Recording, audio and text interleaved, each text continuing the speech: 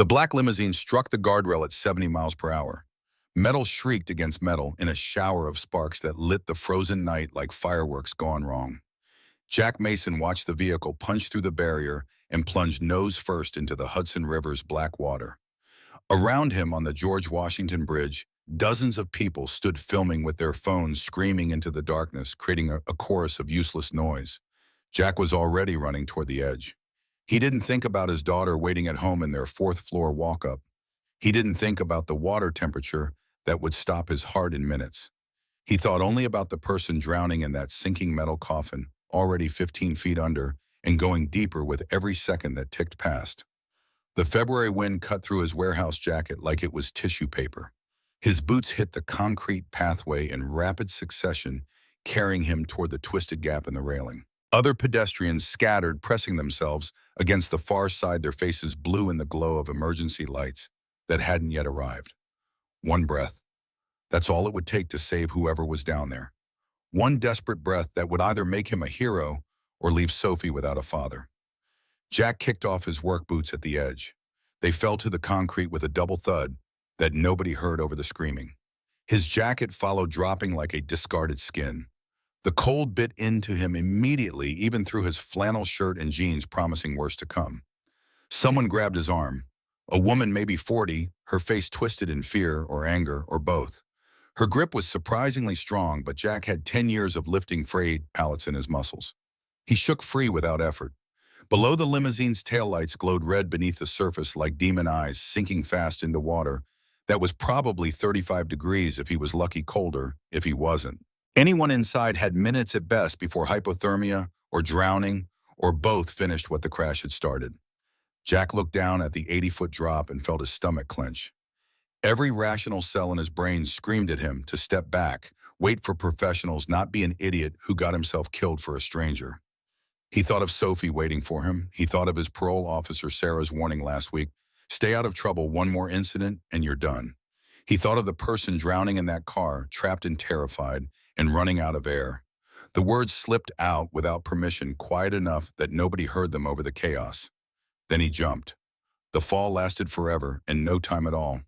Wind roared in his ears. His stomach lurched into his throat. The river rushed up to meet him like a solid wall of concrete.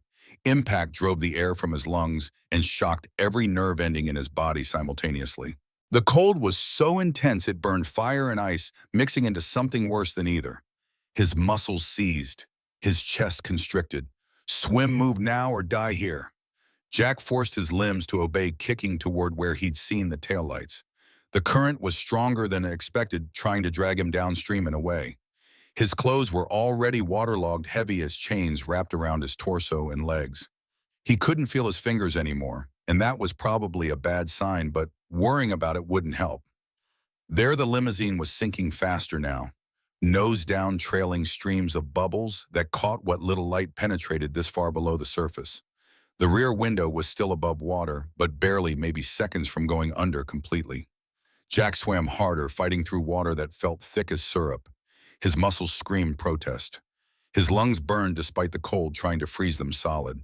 His heart felt like it was seizing in his chest rhythm, going erratic.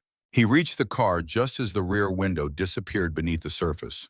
Through the glass, he could see a figure slumped in the back seat, a woman, dark hair floating around her pale face, eyes closed.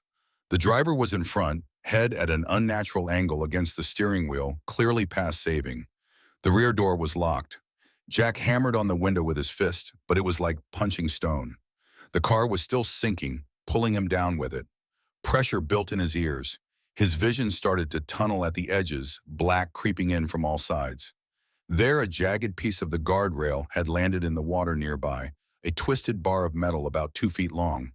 Jack grabbed it and surfaced for one more breath before diving back down.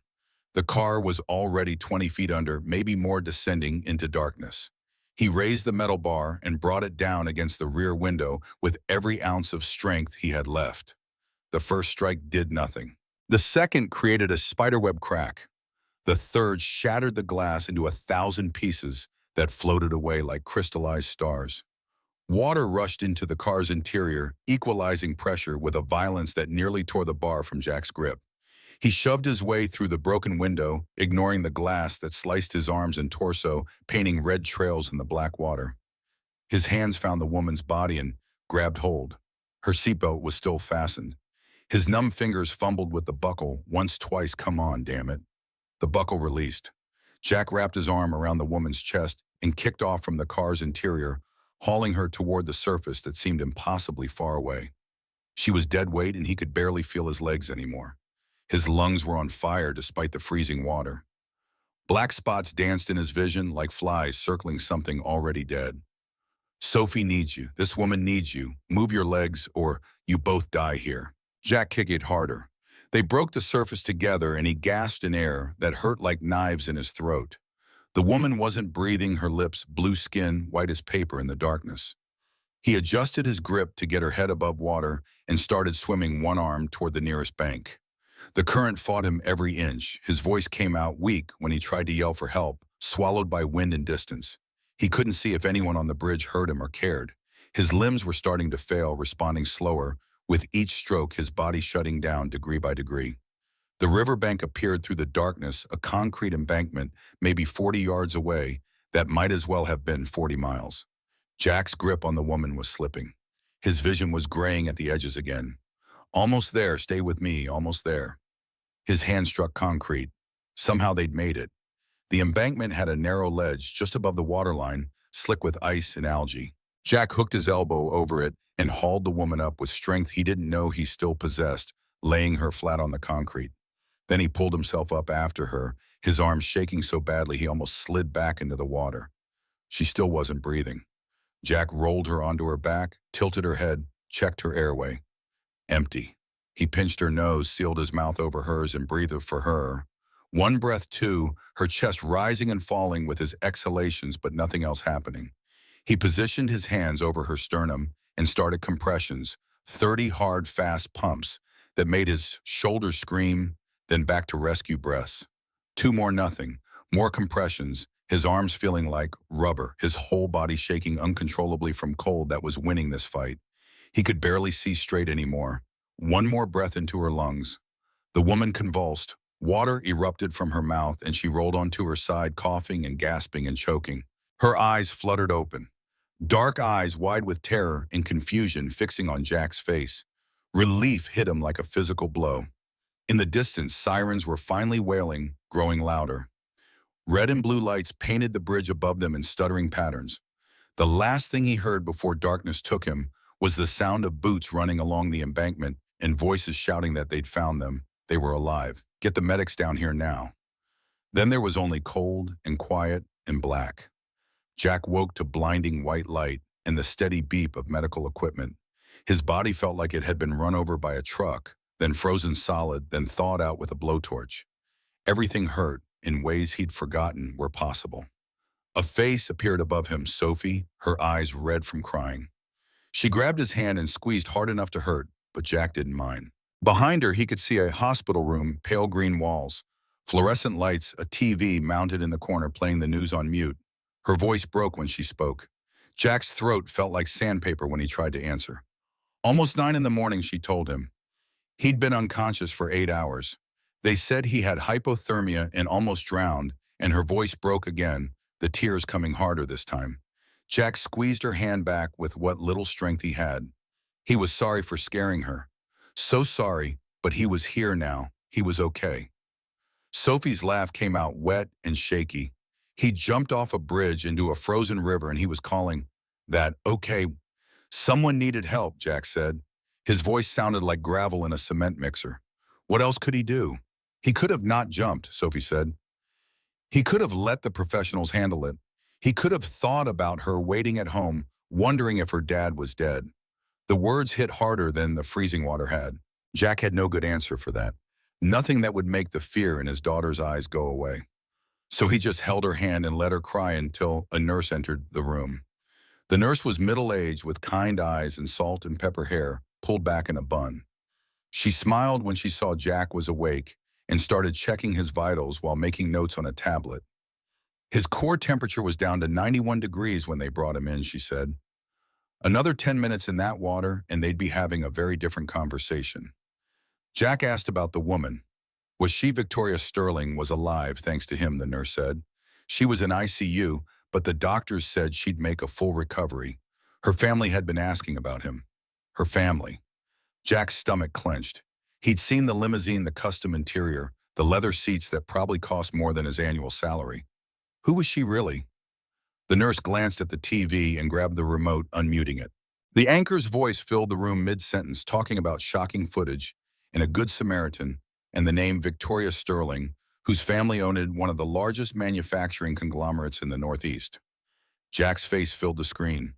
Not his current face, but his parole photo from 2 years ago, the one where he looked angry and defeated and nothing like a hero.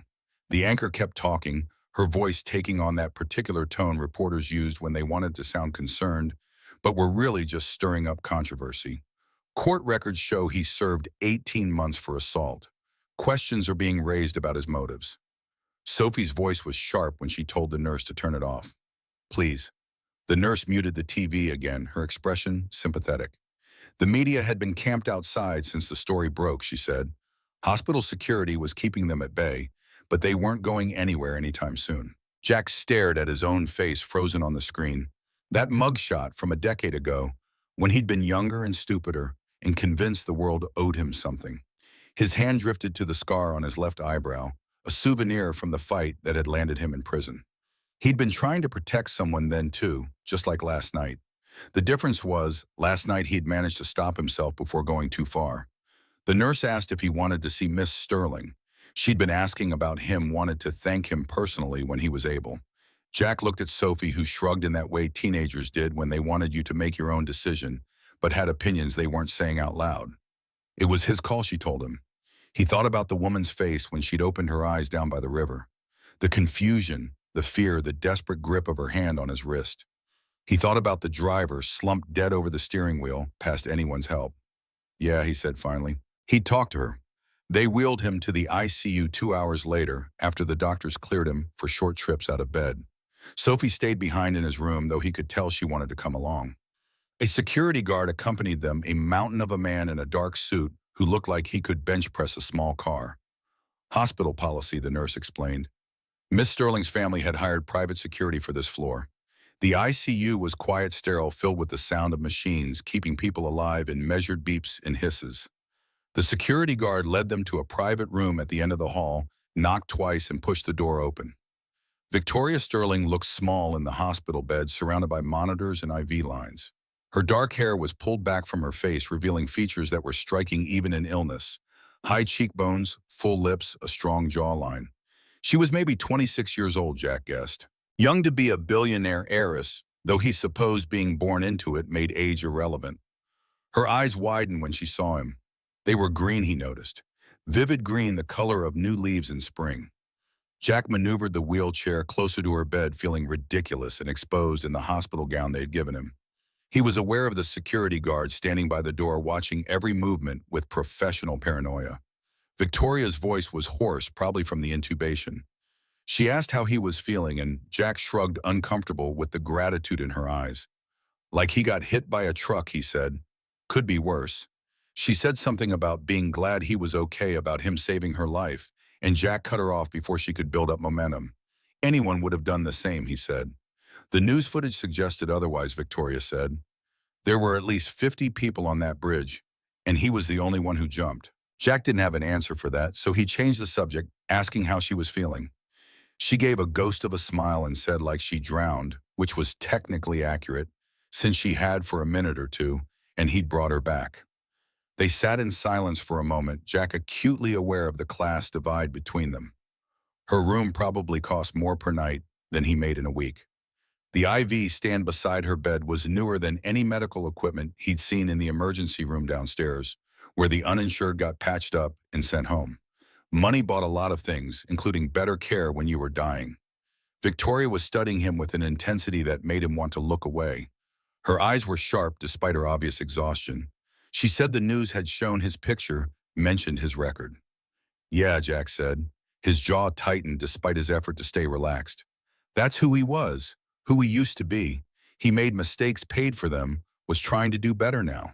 She didn't care about his past, Victoria said. He'd saved her life. That was what mattered. Other people would care, Jack said. They already did based on what the news was saying. Victoria's expression hardened. Let them, she said. The conversation could have ended there, should have ended there.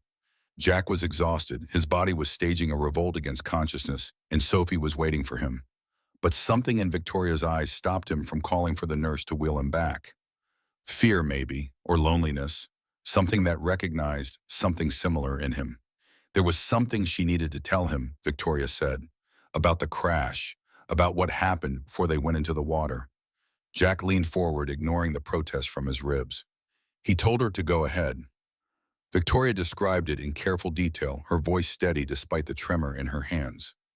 She'd been reading emails on her phone in the back seat. David Walker had been driving, same as always, same route they took 100 times. Then she heard this sound like someone choking, gasping for air. She looked up and saw David clawing at his throat, his face going red, then purple. The car started swerving.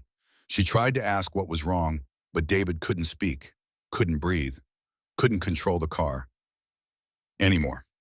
They hit the barrier and suddenly they were falling, the world turning sideways, water rushing in through the broken windows. She remembered David's head at that angle against the steering wheel and thinking it was wrong. The angle was all wrong, but then the water was over her head and she couldn't think about anything except drowning. Jack listened without interrupting, his mind cataloging the details. A healthy 44-year-old man suddenly unable to breathe, losing muscle control, the timing of it all. He asked if she'd told the police. Victoria's laugh was bitter. They said David had a heart attack, sudden cardiac arrest. Tragic but not suspicious.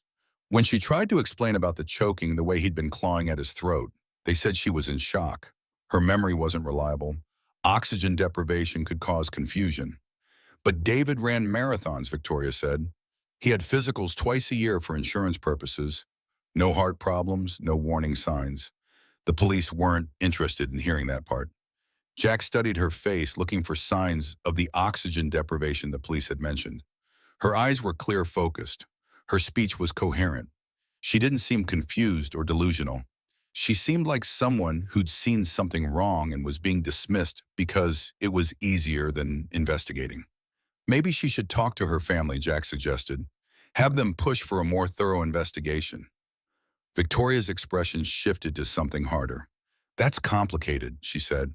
She explained it in short sentences, each one dropping another piece of information that made Jack's stomach sink lower.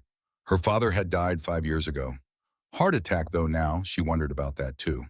He'd left her 60% of Sterling Industries in his will.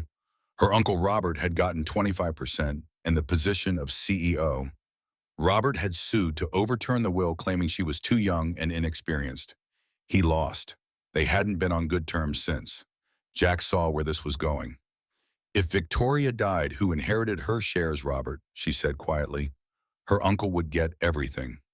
The machines around them beeped their steady rhythm, counting heartbeats and breaths, and the moments passing while Jack processed what she was suggesting. She thought her uncle had something to do with the crash. She thought David's death wasn't an accident, and neither was her near drowning. He asked if she had any proof. None, Victoria admitted, just instinct. Just the way David died, too sudden, too convenient. Just the way her uncle had looked at her the last time they spoke, like he was calculating something in his head. Jack understood instinct. His instinct 10 years ago had told him the guy hitting his girlfriend in that alley was a threat. His instinct had been right, but he'd followed it too far. Let anger override control and ended up in prison for 18 months. Instinct was useful, but it wasn't evidence. It wasn't something you could take to court. He told Victoria she needed a private investigator, someone professional who knew how to dig up evidence without breaking laws. He was just a warehouse worker with a criminal record. He couldn't help her. Victoria nodded like she'd expected that answer. She said she understood and thanked him again for saving her life. Jack started to turn the wheelchair around, ready to call for the nurse. Then he paused, something making him look back at her one more time. She looked small and alone in that bed, despite all the money and power her family name carried. Alone in a way he recognized from his own life. The words came out before he could stop them. If she really thought something wasn't right about the crash, she should trust her instincts. Be careful. Watch her back. Victoria's eyes found his, and for a moment the careful mask she wore slipped enough for him to see the fear underneath. Why was he saying that, she asked. Because in his experience, Jack said when rich people died in accidents, it was worth asking who benefited. And right now, the person who benefited most from her death was family. He left before she could respond, the security guard falling into step behind his wheelchair. As they made their way back down the sterile hallway, Jack couldn't shake the image of the driver slumped over the steering wheel head at that unnatural angle. He'd assumed broken neck from the impact. But what if it had happened before the crash? What if David had been dead or dying before the car even hit the water? The media circus was worse when they discharged Jack the next afternoon. Cameras, microphones, reporters shouting questions all at once in a wall of noise that made his head pound. Sophie stuck close to his side as hospital security tried to clear a path to the waiting taxi. The questions came rapid fire, overlapping, most of them variations on the same theme. How did it feel to be a hero? Was he planning to write a book? What did he say to people who questioned his motives given his criminal record? Was it true Victoria Sterling had offered him $1 million? Jack kept his head down and kept walking, his hand finding Sophie's and holding tight. Almost there, just a few more feet to the curb where the taxi waited. Then one question cut through the rest, making him stop despite his better judgment. The reporter was young, maybe 25, with slicked back hair and teeth too white to be natural. Did he know Victoria Sterling before the accident, the reporter asked? Had they met before Jack turned to face him, aware of the cameras swiveling to capture the moment? He spoke clearly, making sure his words couldn't be twisted later. He'd never met Miss Sterling before pulling her out of the river. He didn't know who she was. He just knew someone was drowning. But he had a history of violin, the reporter said. Didn't that raise questions about Jack's voice stayed level, but there was steel underneath when he cut in. He had a history of making a mistake when he was younger and paying for it. What he didn't have was a history of standing around with his phone out while someone died. He turned and kept walking, not waiting for follow-up questions. Sophie squeezed his hand and told him quietly, that was pretty badass. Jack muttered back that it was probably stupid, but he was too tired to care. They made it to the taxi and escaped into the relative quiet of the back seat. The driver recognized Jack immediately. His face had been all over the news for 24 hours straight, but had the good grace not to say anything beyond confirming the address. The ride back to Washington Heights took 30 minutes in afternoon traffic. Jack watched the city pass by outside the window, thinking about everything that had happened in the last 2 days. He thought about the cold water and the sinking car and Victoria's blue lips. He thought about what she'd said about David choking about her instinct that something was wrong. He thought about the fact that Victoria Sterling was worth billions of dollars and money like that made people do terrible things. Sophie asked if he was okay, and Jack lied, saying, yeah, just tired. The school counselor had called her in yesterday, Sophie said.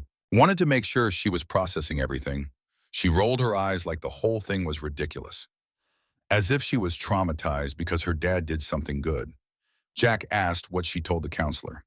That she was proud of him, Sophie said. That he was the bravest person she knew. Then her expression got serious in that way that made her look older than 15. But she was also really glad he was okay. When she got the call that he was in the hospital, she thought Jack pulled her into a sideways hug, cutting off whatever she'd been about to say. He knew. He was sorry he scared her. It wouldn't happen again. Sophie pulled back enough to look into him. He couldn't promise that, she said. No, Jack admitted, but he could promise he'd always try to come home to her. The taxi pulled up in front of their building, a 6-story walk-up that had seen better decades.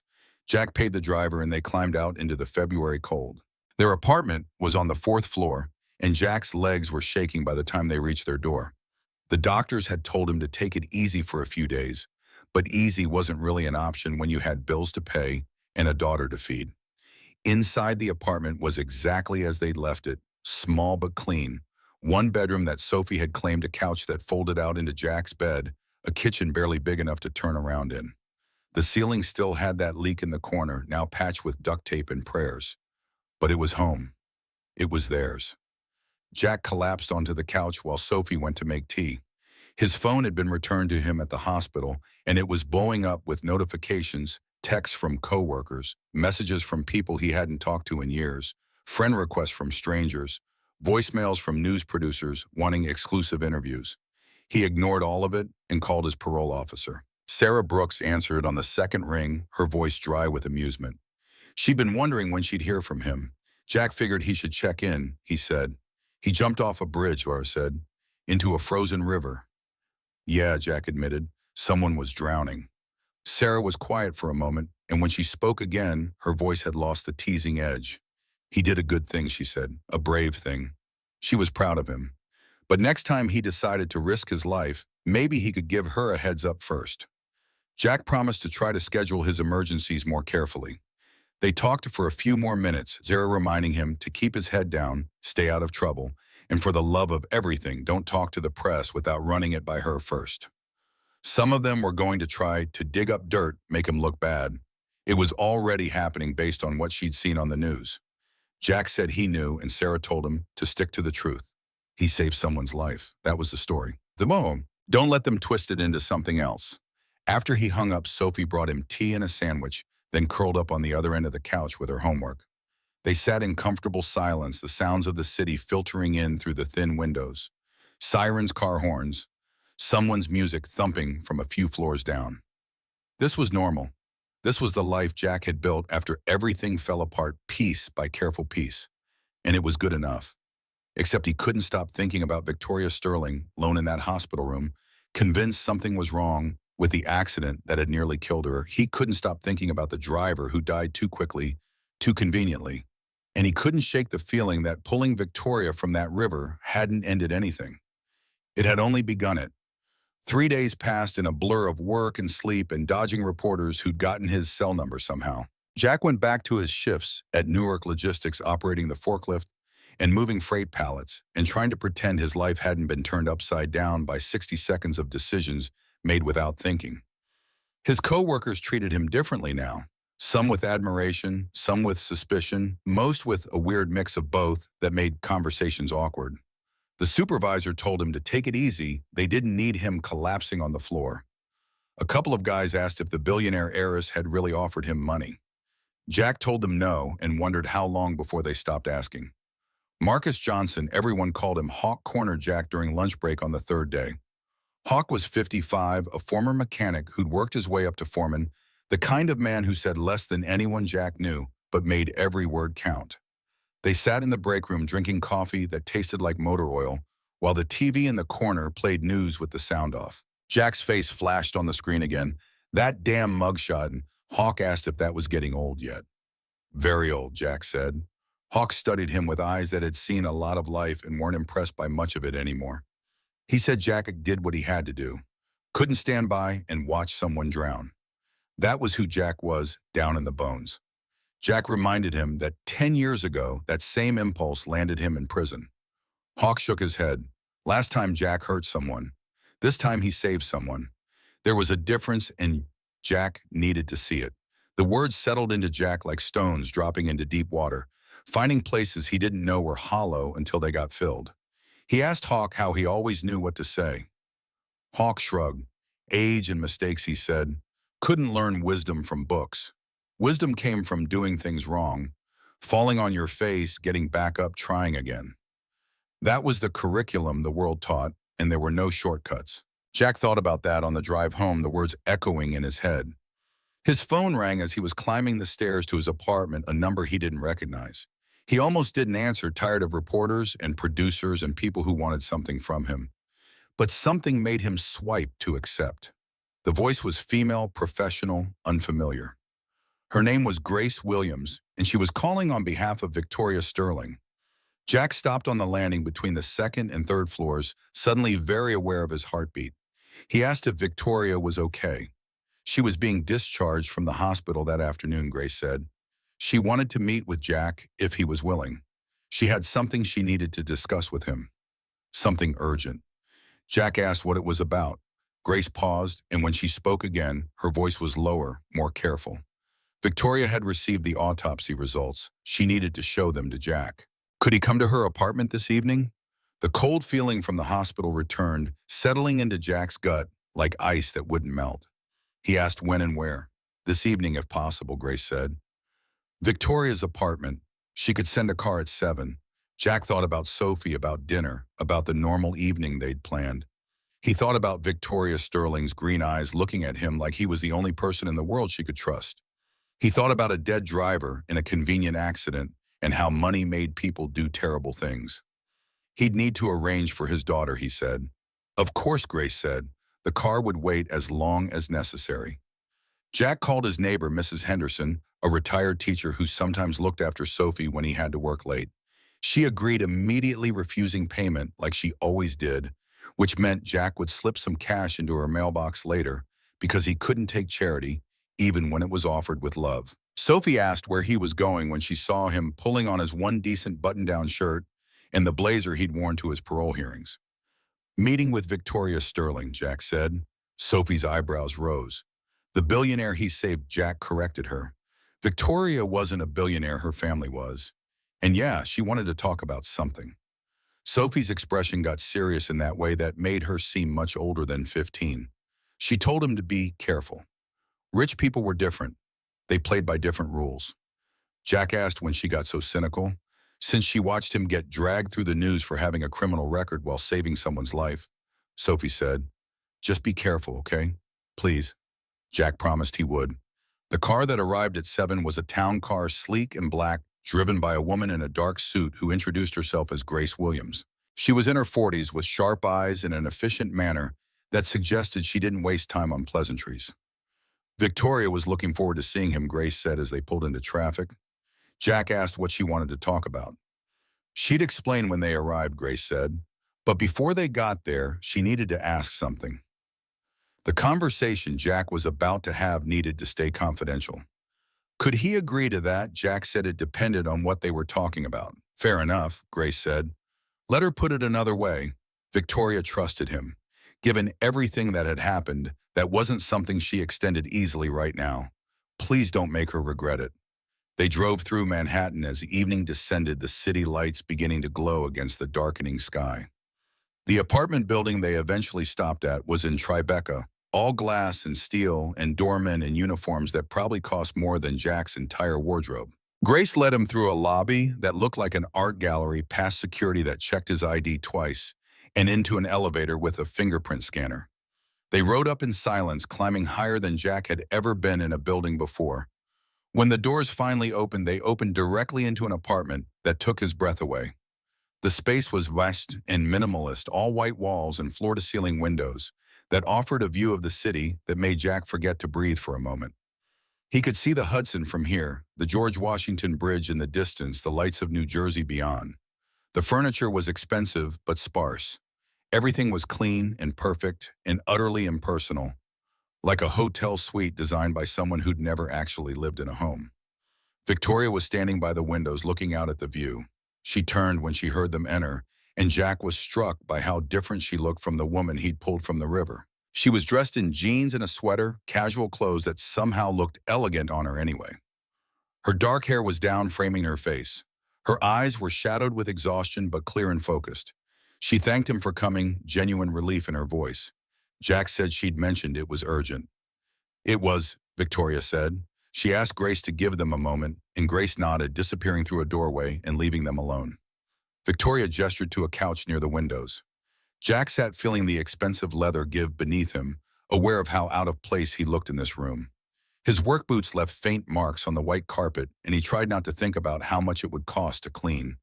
Victoria asked how he was feeling, and Jack gave the same answer he'd been giving everyone, better than he had any right to be. Then he turned the question around. Better than she deserved to be, Victoria said. Thanks to him. She paused, something shifting in her expression. She'd heard about the media attention, the way they were digging into his past. She was sorry for that. Not her fault, Jack said. If he died in that river, she'd still be anonymous. Actually, it was her fault, Victoria said. If she died, he'd still be anonymous. She met his eyes. She wanted to see him because she needed help. Jack started to respond, but Victoria raised her hand, cutting him off. She knew what she was asking, she said. She knew they barely knew each other, but he'd told her to trust her instincts, and her instincts were screaming that something was very wrong. She had the autopsy results. She needed him to see them. Jack leaned forward. What did they say? He asked. Victoria pulled out her phone and brought up a document, handing it to Jack. He scanned it, though most of the medical terminology meant nothing to him. Then he saw the highlighted section, and his stomach dropped. Succinylcholine, the report said. levels 4 times higher than normal. Jack stared at the word on the screen, his mind trying to process what it meant. Succinylcholine. He'd heard of it somewhere, maybe a crime show. Sophie watched something about paralytics and surgery. Victoria explained it in clinical terms, her voice steady like she was giving a board presentation instead of talking about murder. Hospitals used it during operations to prevent muscle movement. It metabolized quickly in the body, which made it almost impossible to detect unless you were specifically looking for it. Someone who knew what they were doing could use it to paralyze a person while leaving them conscious. David would have felt everything, his muscles seizing his lungs, stopping. He would have been aware right up until he drowned. The temperature in the room seemed to drop 10 degrees. Jack asked if she was saying someone murdered David. Someone murdered him to get to her, Victoria corrected. The paralytic would have taken effect while he was driving. He lost control of the car and they crashed. She was supposed to die in that river. Her voice didn't waver, but her hands trembled slightly when she took the phone back. Jack asked if she'd told the police about the toxicology results. She tried, Victoria said. They told her elevated succinylcholine levels could occur naturally in drowning victims, not conclusive evidence of foul play. They said she was traumatized, looking for some means to blame. They weren't going to investigate further. Someone was making sure of that, Jack said. Someone with influence. Someone with money, Victoria agreed. Someone who benefited if she died. She stood and walked to the windows, hugging herself despite the warmth of the apartment. Her grandfather had built Sterling Industries from nothing, she said. When he died 5 years ago, he left controlling interest to her, not to her Uncle Robert, who'd been running the company for 2 decades, not to her cousins. To her, a 21-year-old fresh out of Columbia with an MBA and no practical experience. Let Jack guess Uncle Robert wasn't happy, furious, Victoria said. He challenged the will in court and lost. Since then, he'd been CEO while she held the majority shares, which meant she could outvote him on any major decision. It had been a cold war for 5 years, polite in public, hostile in private. She turned back to face him. If she died without heirs, her shares transferred to Robert. He got everything, the company, the money, the power he believed should have been his from the start. Jack's mind was cataloging the facts, arranging them into patterns. He asked if there had been other incidents, things that seemed like accidents but might not have been. Victoria's laugh was bitter. Last year, the brakes failed on her car. She nearly went off a cliff in the Hamptons. The mechanic said it was a manufacturing defect. 3 months ago, she got food poisoning so severe she was hospitalized for a week. They never found the source. And 2 weeks before the crash, her previous security chief quit suddenly with no explanation, no notice, just gone. Who hired David? Jack asked, though he already knew the answer. Robert recommended him, Victoria said he was the best, completely trustworthy. The bitter irony in her voice could have stripped paint. She'd trusted his judgment because she wanted to believe they could move past the inheritance fight. She thought they were family. Jack joined her at the windows looking down at the city 20 stories below. From this height, people looked like ants, cars like toys. It was easy to forget they were all real, all struggling with their own problems and fears and hopes. Easy to forget that money couldn't protect you from everything, especially when the threat came from inside. He asked why she was telling him this. Because he was the only person she trusted right now, Victoria said. Her staff could be compromised. Her security could be bought. Her family clearly wanted her dead. But him, she looked at Jack with those green eyes that seemed to see straight through all his defenses. He'd risked his life for a stranger. Turned down money because he thought it was the right thing to do. Told her to trust her instincts. Jack reminded her he wasn't a bodyguard, not a detective, just a warehouse worker with a criminal record who got lucky once. He was someone who saw clearly, Victoria said. Someone who wasn't tangled up in her world, who didn't have a hidden agenda. She needed someone like that. She needed help. Help doing what Jack asked, finding proof, Victoria said. Real proof that would make the police listen. Proof that her uncle was trying to kill her. Her fingers tightened on his sleeve. She could pay him. She knew he didn't want money, but he had a daughter, responsibilities. He should be compensated for his time. If he did this, it wasn't for money, Jack said. Then why would he do it? Victoria asked. Because it was the right thing to do, Jack said. And because nobody should get away with murder. He thought about David's body slumped over the wheel, paralyzed and drowning, aware of everything. Thought about someone planning that, executing it, being willing to kill an innocent man just to get to Victoria. Thought about the cold calculation it took to murder your own niece for money. Victoria's shoulders sagged with relief that looked almost painful. She thanked him and Jack told her not to. Not yet. He didn't know the first thing about investigating something like this. That was okay, Victoria said. She did. She'd been doing research, making lists. There were people they could talk to, leads they could follow, but she needed someone she could trust to help her, someone who wouldn't report back to her uncle or sell information to the press. What about Grace, Jack asked. Her assistant, or whatever she was. Grace was loyal, Victoria said, but also practical. If she thought Victoria was putting herself in danger, she'd try to stop her. Or worse, she'd tell Robert, thinking she was protecting Victoria from herself. They needed to move carefully, Victoria said, her energy returning now that she had an ally. Robert couldn't know they were investigating him. As far as he was concerned, she'd accepted the police ruling and was moving on. But they could start with David's apartment. The police had searched it after the crash, but they were looking for evidence of natural causes. They'd be looking for something else, proof of contact with Robert, unusual deposits, anything that suggested David was paid off or coerced. That was breaking and entering, Jack pointed out. It was visiting her late employee's home to collect his personal effects for his family, Victoria corrected.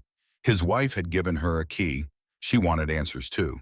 Jack studied this woman who'd almost died in freezing water, who was standing in her perfect apartment, planning to investigate her own attempted murder.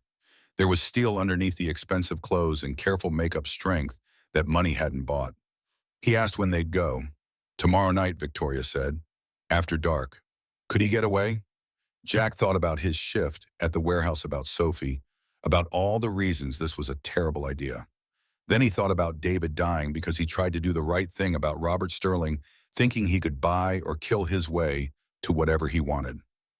He'd figure it out, Jack said. Victoria stepped closer, close enough that he could smell her perfume, something subtle and expensive. She thanked him again, and Jack said she was welcome, but his voice came out rougher than he intended. The moment stretched between them, something unspoken hanging in the air. Then Jack's phone rang, shattering whatever was building. He pulled it out, saw an unknown number, almost declined, but something made him answer. The voice on the other end was male, smooth, cultured. It introduced itself as Robert Sterling. Jack's blood went cold. He looked at Victoria, whose face had gone pale. She mouthed something, but Jack was already speaking, asking what Robert wanted. Robert apologized for the late hour. He'd heard Jack was helping his niece and wanted to reach out personally. Victoria was going through a difficult time after her trauma. She needed professional help, not encouragement from well-meaning strangers who didn't understand the situation. Jack's jaw tightened. He wasn't encouraging anything, just listening to what she had to say. That was the problem, Robert said, his tone patient, like he was explaining something to a child. Victoria's perception was compromised. The oxygen deprivation, the shock, it had affected her judgment. She was seeing conspiracies where there were none. The documents she'd mentioned, the financial records, they were legitimate business transactions she was misinterpreting through the lens of her illness. Those documents proved payments to David, Jack said. They proved business payments to offshore accounts, Robert corrected. Entirely legal, completely unrelated to that tragic accident. David had a heart condition he'd hidden from everyone. It killed him while he was driving. Victoria survived through sheer luck and Jack's heroic intervention.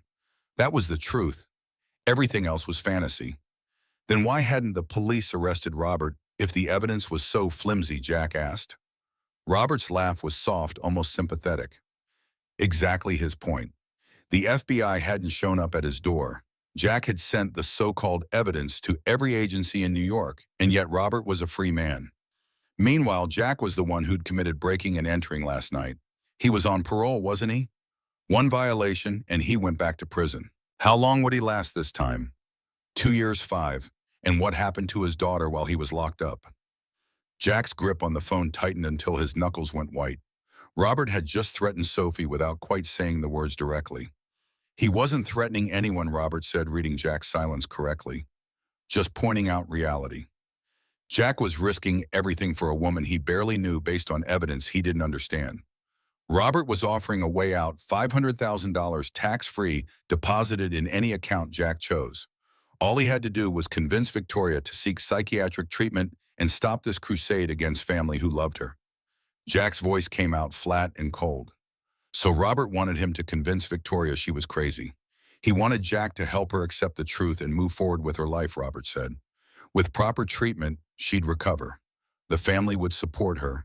They took care of their own. Another pause. Think about it, Mr. Mason. $500,000. You could move your daughter to a better neighborhood, send her to a good college, never worry about money again. All for doing the right thing. The right thing was making sure Robert paid for murdering David and trying to kill Victoria. Jack said. Then he was afraid Jack had chosen poorly. Robert said. The warmth drained from his voice completely, leaving something cold and hard underneath. He'd given Jack a chance to be smart about this, offered a generous way out. But if Jack insisted on continuing down this path, the consequences would be on his head, not Robert's. Jack asked if that was a threat. It was a promise, Robert said. Jack was out of his depth. A warehouse worker playing detective with no idea what he'd walked into. But he would understand soon. Very soon he'd realize exactly how badly he'd miscalculated. Robert's tone shifted back to pleasant. Goodbye, Mr. Mason. I hope for your sake and your daughter's sake that you reconsider before it's too late. The line went dead. Jack lowered the phone slowly, his mind racing through the implications. Robert knew about Sophie, knew where she lived, probably knew her schedule and her friends, and every vulnerable point in Jack's life. And he just made it clear that all of that was on the table if Jack didn't back off. Victoria was watching him with fear in her eyes. She'd only heard one side of the conversation, but she could read the danger in Jack's expression. He threatened Sophie, Jack said. Not directly, but the message was clear. Victoria's face crumpled. She was so sorry. This was her fault. She shouldn't have dragged his family into this. Jack held up a hand, cutting off her apology. This wasn't her fault. Robert made the choice to threaten a 16-year-old girl. That was on him. And it meant they were on the right track. People didn't make threats unless they were scared. But Sophie was in danger now, Victoria said. Because of her. Sophie was already in danger, Jack corrected. They all were. The only way to fix that was to finish what they'd started, find the proof, take it to someone who couldn't be bought off, and make sure Robert Sterling went to prison where he belonged. Victoria nodded, wiping her eyes with the back of her hand. Tomorrow night, then. David's apartment. Jack agreed. But first thing in the morning, he was moving Sophie somewhere safe, somewhere Robert couldn't find her. He left the penthouse 20 minutes later with a plan forming in his head. Sophie would go to his sister Teresa's place in Newark. Teresa's husband was a corrections officer with friends in law enforcement. Their house had security cameras and a Rottweiler named Duke who didn't like strangers. Sophie would be safer there than in their fourth-floor walk-up with its flimsy locks and fire escape that anyone could climb. The hard part was explaining it to Sophie without telling her everything. She was too smart to accept a simple story about wanting her to visit her aunt. But she was also smart enough to read between the lines when Jack told her the next morning that things were getting complicated with the Victoria Sterling situation, and he'd feel better if she stayed somewhere else for a few days. Sophie packed a bag without arguing, which told Jack she was more scared than she was letting on. She made him promise to call every day, and Jack promised, pulling her into a hug that lasted longer than either of them usually tolerated. Teresa met them at Port Authority 3 hours later, taking one look at Jack's face and asking what kind of trouble he'd gotten into now. Jack gave her the abbreviated version. He was helping someone. It might be dangerous. He needed Sophie safe for a week or two. Teresa didn't ask more questions, just pulled Sophie into the kind of hug that said family took care of family no matter what. Jack watched them disappear into the crowds of Penn Station, feeling the weight of responsibility settle heavier on his shoulders. If anything happened to Sophie because of this, because he decided to help a stranger investigate her billionaire uncle, he cut off that thought before it could take root. Nothing was going to happen to Sophie. He'd make sure of that. The next 30 hours crawled past like something wounded. Jack worked his shift at the warehouse, moving pallets and trying not to think about what he was planning to do that night. Hawk caught him staring into space during lunch and asked if everything was okay with his daughter. She's fine, Jack said, staying with her aunt for a bit. Hawk studied him with those knowing eyes that missed nothing. Trouble coming. Maybe, Jack admitted. The kind you can walk away from, Hawk asked. Jack thought about David Walker drowning in his car, about Victoria's green eyes trusting him to help her, about Robert Sterling's smooth voice making threats against Sophie. No, Jack said. Not this kind. Hawk nodded like he'd expected that answer. Then you better make sure you're ready for it. Trouble you can't walk away from, you got to walk through. And walking through means knowing what you're walking into. Jack asked what Hawk meant. Hawk leaned back, considering his words the way he always did before speaking. When you're going up against someone with more money, more power, more connections, you can't beat them at their own game. You got to change the game. Make it about something they can't buy their way out of. Truth, maybe, or consequences they didn't see coming. Something that matters more than their bank account. The words settled into Jack's mind like seeds waiting to sprout. He thanked Hawk, who just shrugged and said that's what friends were for, keeping each other from walking into stupid situations blind. Victoria picked Jack up at 8 Monday evening in a different car, a nondescript sedan that wouldn't draw attention. She was dressed in dark jeans and a black jacket, her hair pulled back in a ponytail. She looked younger like this, less like a CEO, and more like someone Sophie's age trying to solve a problem too big for any one person. They drove to Queens, to a neighborhood not that different from Jack's own working-class Modest, the kind of place where people knew their neighbors and looked out for each other. David's building was a 3-story walk-up, old but well-maintained. Victoria let them in with the key his wife had provided, and they climbed the stairs to the second floor. The apartment was small and neat, frozen in time, like a museum exhibit. Mail piled up on the table by the door, a jacket hanging on a hook, dishes in the drying rack. All the small details of a life interrupted. Victoria's voice was quiet when she told Jack to take the bedroom. She'd searched the living room. They worked in silence, careful not to disturb anything too much. Jack went through the closet, the drawers of the nightstand. Everything was ordinary clothes, books, photos of family. A man who'd lived a normal life right up until someone decided he was expendable. In the nightstand drawer, Jack found a notebook. He flipped through it, finding mostly mundane notes, grocery lists, appointments, car maintenance schedules. But near the back, there were entries that made him stop. January 15th, meeting RS the Plaza, 3 p.m. January 18th, RS called again. Nervous? Money good, but something off. January 20th, final meeting with RS. Told him I'm out. Not worth it. January 22nd. The day of the crash, Jack called Victoria's name and she appeared in the doorway. He showed her the notebook and watched her face go pale as she read the entries. First, she whispered. Robert Sterling. He met with her uncle 4 times in the week before the crash, Jack said. And look at this last entry. David tried to back out. So Robert killed him. Victoria's hands were shaking when she took the notebook. He hired David to sabotage the car. When David got cold feet, Robert killed him anyway and made it look like part of the accident. They needed to find out what the meetings were about, Jack said. What Robert offered David. This was evidence, but it wasn't proof RS could be anyone. They needed something concrete. They kept searching. In the kitchen, Victoria found David's personal laptop tucked in a cabinet. She opened it, fingers flying over the keyboard. Password protected, she said. But his wife told me he always used his mother's maiden name and her birth year. She typed something and the screen unlocked. Victoria navigated to his email, scanning through messages. Most were routine bills, subscriptions, messages from friends. Then she found a folder labeled private. Inside were emails from an account called rsventures@protonmail.com. Jack leaned over her shoulder, reading the messages aloud. First one said they needed to meet, that the matter they discussed required discretion. $50,000 for cooperation, meeting at the plaza at 3. Second email, dated January 18th, acknowledged David's hesitation but said it was unnecessary. Another $25,000 had been transferred. Complete the task as discussed. Final email, January 20th, said Robert was disappointed by David's decision to withdraw. They had an agreement. He trusted David would reconsider. The consequences of breaking their contract would be severe. He threatened him, Victoria said, her voice barely above a whisper. David tried to back out and Robert threatened him. Could they trace the email account, Jack asked? Not easily, Victoria said. It was probably routed through multiple servers. But the money transfers, those left trails. She pulled out her phone. She had access to the company's financial records. If Robert paid David from business accounts, she could find it. They downloaded the emails onto a flash drive Victoria had brought, then carefully put everything back the way they'd found it. As they were leaving, Jack paused in the doorway looking back at the apartment. A good man had lived here. A man who'd made a mistake accepting money he probably desperately needed, who tried to do the right thing in the end and died for it.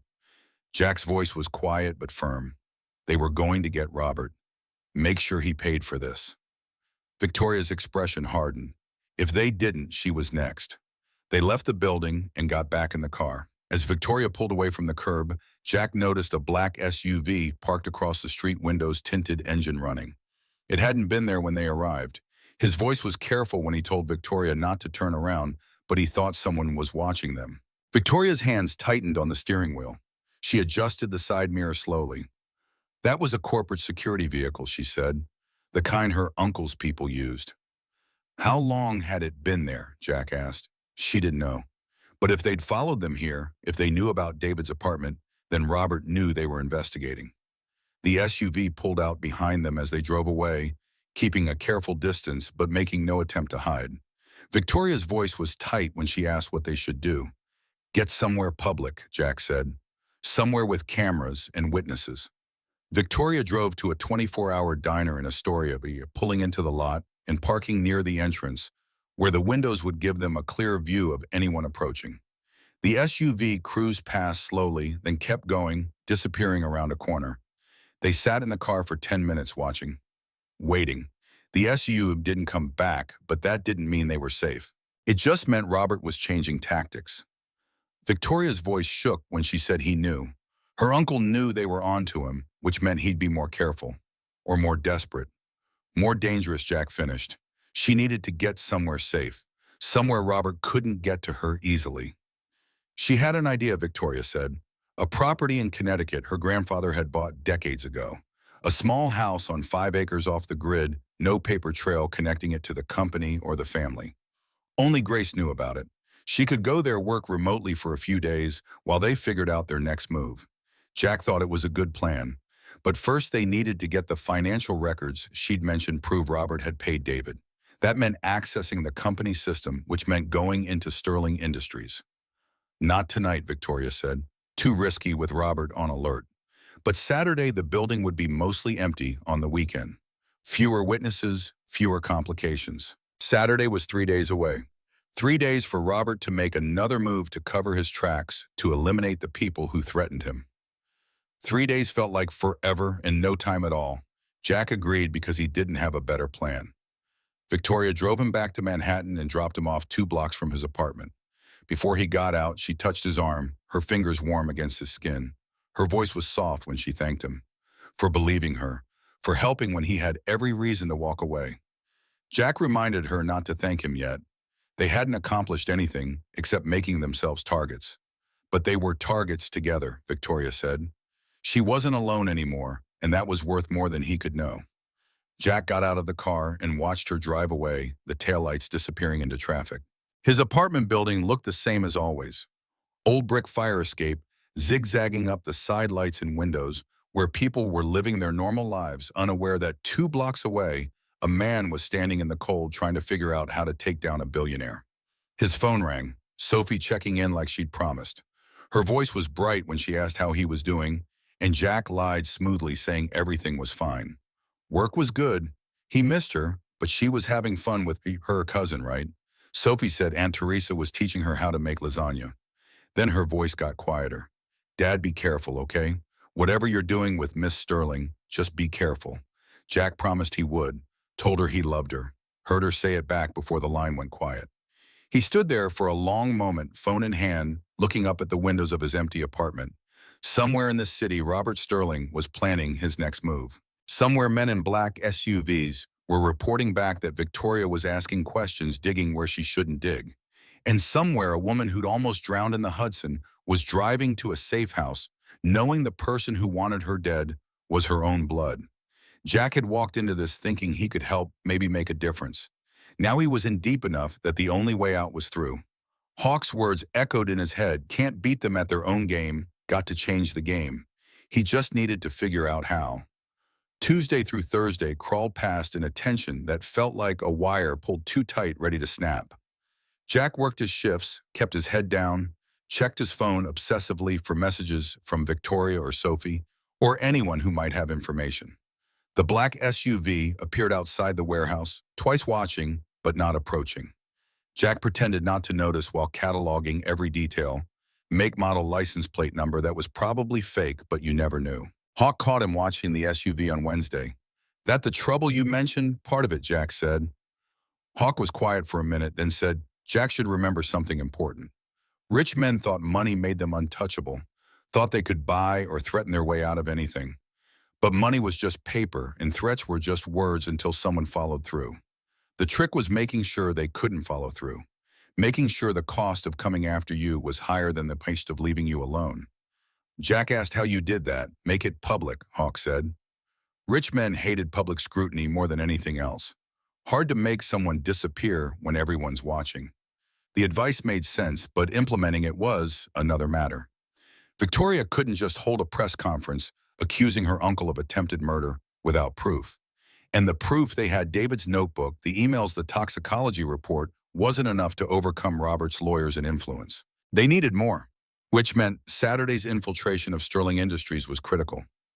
Victoria called Friday evening with the plan.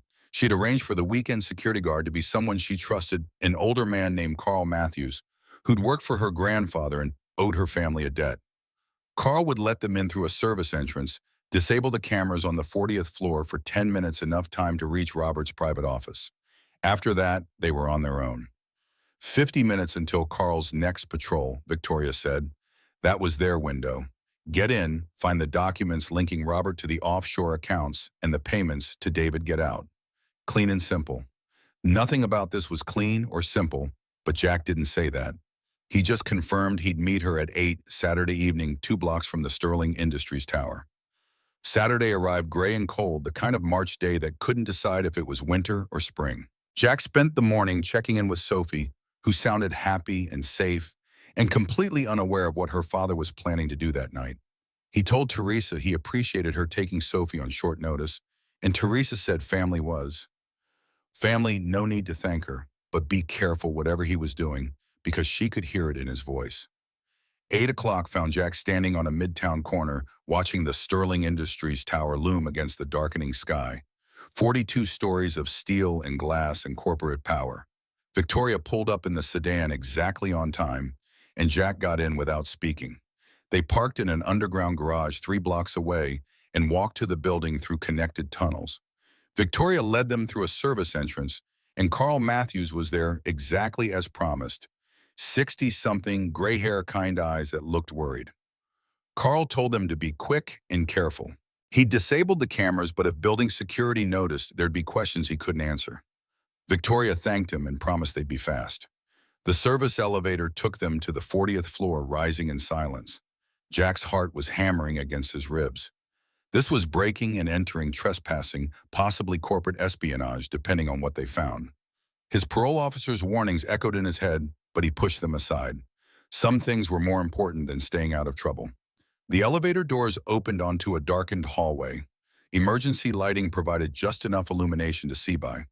Victoria pulled out her phone, bringing up a building schematic.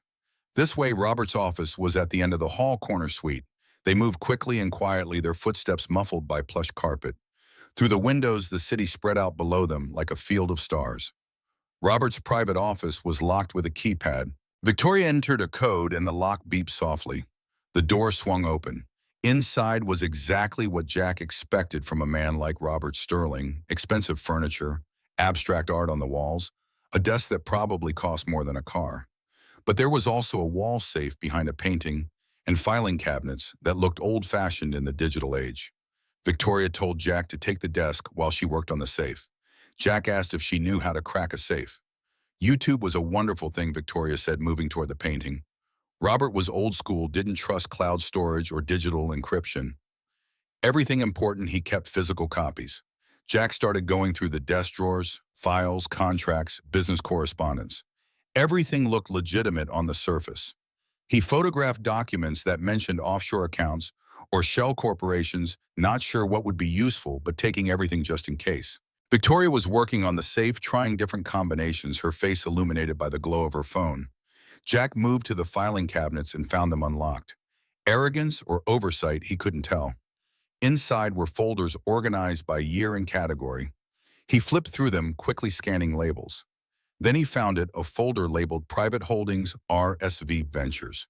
Inside were incorporation documents for the Delaware Shell Company bank statements showing the same offshore account numbers, from the emails to David's signed authorizations with Robert Sterling's name at the bottom, wire transfer confirmations matching the exact amounts and dates of payments to David's account. Jack's voice was barely a whisper when he called Victoria's name. He'd found all of it. She turned from the safe, eyes wide. Was he sure? Jack spread the documents on the desk, photographing each page with his phone. This proved Robert controlled the offshore account. These wire transfers matched the payments to David exactly. And look at this. He pointed to a document dated January 25th, 3 days after the crash. Authorization for another 100,000 transfer to the same account. Payment for services rendered. Victoria's voice was hollow when she said it. He paid for her murder. There it was, in black and white. They spent the next 20 minutes photographing everything, making sure they had clear images of every relevant document. Jack was just finishing the last file when Victoria's phone buzzed. She looked at the screen and went pale. "Security alert," she said. "Someone just entered the building through the main entrance." "Carl?" Jack asked. "No." Carl used the side entrance. This was someone else. Victoria pulled up the security camera feed on her phone. Her face lost all remaining color. "Oh no." Jack looked over her shoulder at the screen. Robert Sterling was stepping into the lobby accompanied by two large men in dark suits. They were heading for the elevators. They needed to leave now, Jack said. They shoved the documents back into the filing cabinet, trying to leave everything exactly as they'd found it. Victoria abandoned the safe. She'd never managed to open it anyway. Jack grabbed the last of his photos and they ran for the door. The elevator dinged somewhere close. They were out of time. Robert Sterling was on this floor, maybe seconds away from walking down this hall, finding them in his private office, with all his secrets spread across the desk. Victoria grabbed Jack's arm and pulled him toward a door marked emergency exit. The stairs, they could make it down before he realized anyone was here. They burst into the stairwell and started descending, taking the steps two at a time. Behind them, they heard the stairwell door on the 40th floor open. Heavy footsteps echoed above them, moving fast. "They know we're here," Jack said. Victoria told him to keep moving. They flew down the stairs, flight after flight, the sound of pursuit getting closer. Jack's lungs burned, his legs ached. They'd made it down maybe 10 floors when the footsteps above multiplied. More than 2 people now, maybe 4 or 5. They were being cut off. Victoria gasped. Sure enough, when they reached the 30th floor, the stairwell door below them burst open. 2 men in dark suits stepped into the stairwell, blocking their path. Above them, more footsteps closed in. They were trapped. Jack looked around desperately. The 30th floor stairwell door was right next to them. He tried the handle, locked. Of course it was locked. Victoria handed him her key card without being asked. Jack swiped it against the reader and prayed. The lock clicked green. He yanked the door open and pulled Victoria through, slamming it behind them, just as the men from below reached their landing. They were in another darkened hallway, this one lined with cubicles instead of executive offices. Jack could hear the men in the stairwell shouting, their voices muffled by the heavy door. "This way," Victoria said, leading him through the maze of cubicles toward another door at the far end of the floor. There was another stairwell on the opposite side of the building, she explained. They ran through the darkness, weaving between desks and filing cabinets. Behind them, the stairwell door crashed open. The men were in the hallway now, their flashlight beams cutting through the darkness. There, one of them shouted, "I see them." Jack and Victoria sprinted for the far door. The men behind them were shouting into radios, coordinating. More footsteps were coming from somewhere else on the floor, converging on their position. They reached the second stairwell and plunged through the door down more flights. Jack's phone threatened to fall from his pocket with every step. The evidence, they had to protect the evidence. He told Victoria to give him her phone as they ran. She handed it over without breaking stride. Jack pulled up cloud backup on both phones, making sure all the photos they'd taken were uploading to secure storage. Even if the phones got smashed or taken, the evidence would survive. The upload finished just as they reached the 20th floor. Below them, the stairwell door opened and more men poured in. Above them, the pursuit continued, footsteps echoing in the concrete shaft. They were being boxed in from both directions. They had to get off the stairs, Jack said.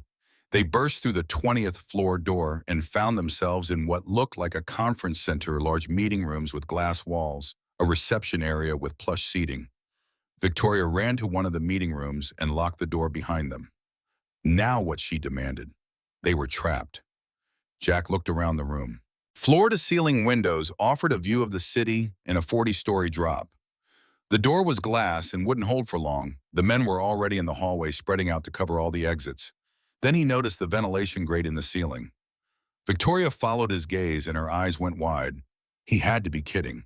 Did she have a better idea, Jack asked. The grate was too high to reach standing. Jack dragged a conference table under it and climbed up. The screws were Phillips head, and he didn't have a screwdriver. He pulled out his keys and used the flat edge to work the screws, his fingers slipping with sweat. The men reached the glass door. One of them pulled out a key card, 5 seconds, maybe less. The last screw came free. Jack yanked the grate down and reached for Victoria. She climbed onto the table and Jack hoisted her up into the ductwork, her weight less than he'd expected. He pulled himself up after her just as the door opened behind them. "They're in the ducts," someone shouted. "Block the exits." The ventilation shaft was cramped and dark, barely wide enough to crawl through. Victoria moved forward on her hands and knees, Jack right behind her. The metal was cold and sharp edge cutting into his palms. Behind them, he could hear someone trying to climb into the duct. Victoria told him to keep going, not to stop. They crawled through the darkness, following the shaft as it turned corners and split into branches. Victoria seemed to know where she was going, taking turns with confidence, even though Jack could barely see anything. She'd studied the building plans when she inherited the company, Victoria explained. Wanted to know everything about it, including the ventilation system. Jack told her to remind him to thank her grandfather for being thorough. The shaft suddenly angled downward, becoming a steep slide. They descended rapidly, unable to slow down or stop. Jack's shoulder slammed into the side of the duct, sending pain lancing through his arm. Then they were tumbling out into a larger space, hitting the ground hard. They'd fallen into a mechanical room in the building's basement. Massive air handlers rumbled around them, pipes running along the ceiling. The air was hot and smelled of oil and dust. Jack got to his feet and helped Victoria up. She had a scrape across her cheek, and her clothes were filthy, but her eyes were bright with adrenaline. She asked if he was okay. "Better than okay," Jack said. They'd made it. Victoria pulled out her phone, miraculously unbroken, and checked the photos. They still had the evidence. They needed to get out of this building before Robert's men found them, Jack said.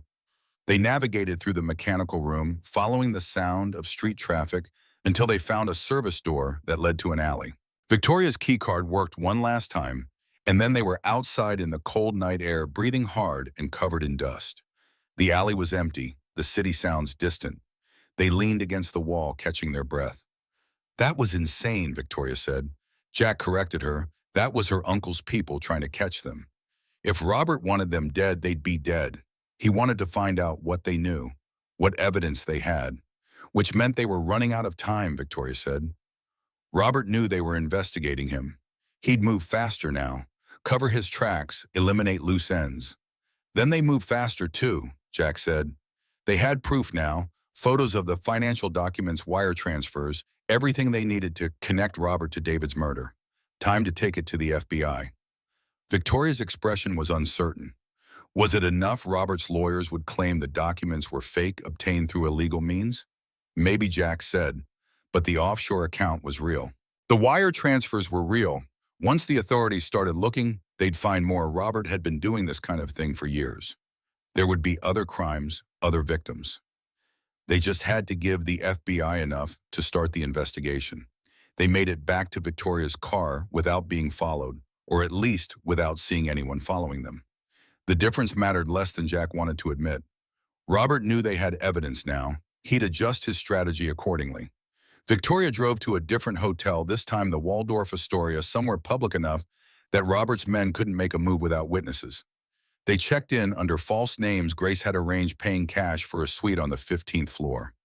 Once inside, Victoria immediately called a number she'd been given by a journalist friend months ago, back when she'd first started having suspicions about her uncle's activities.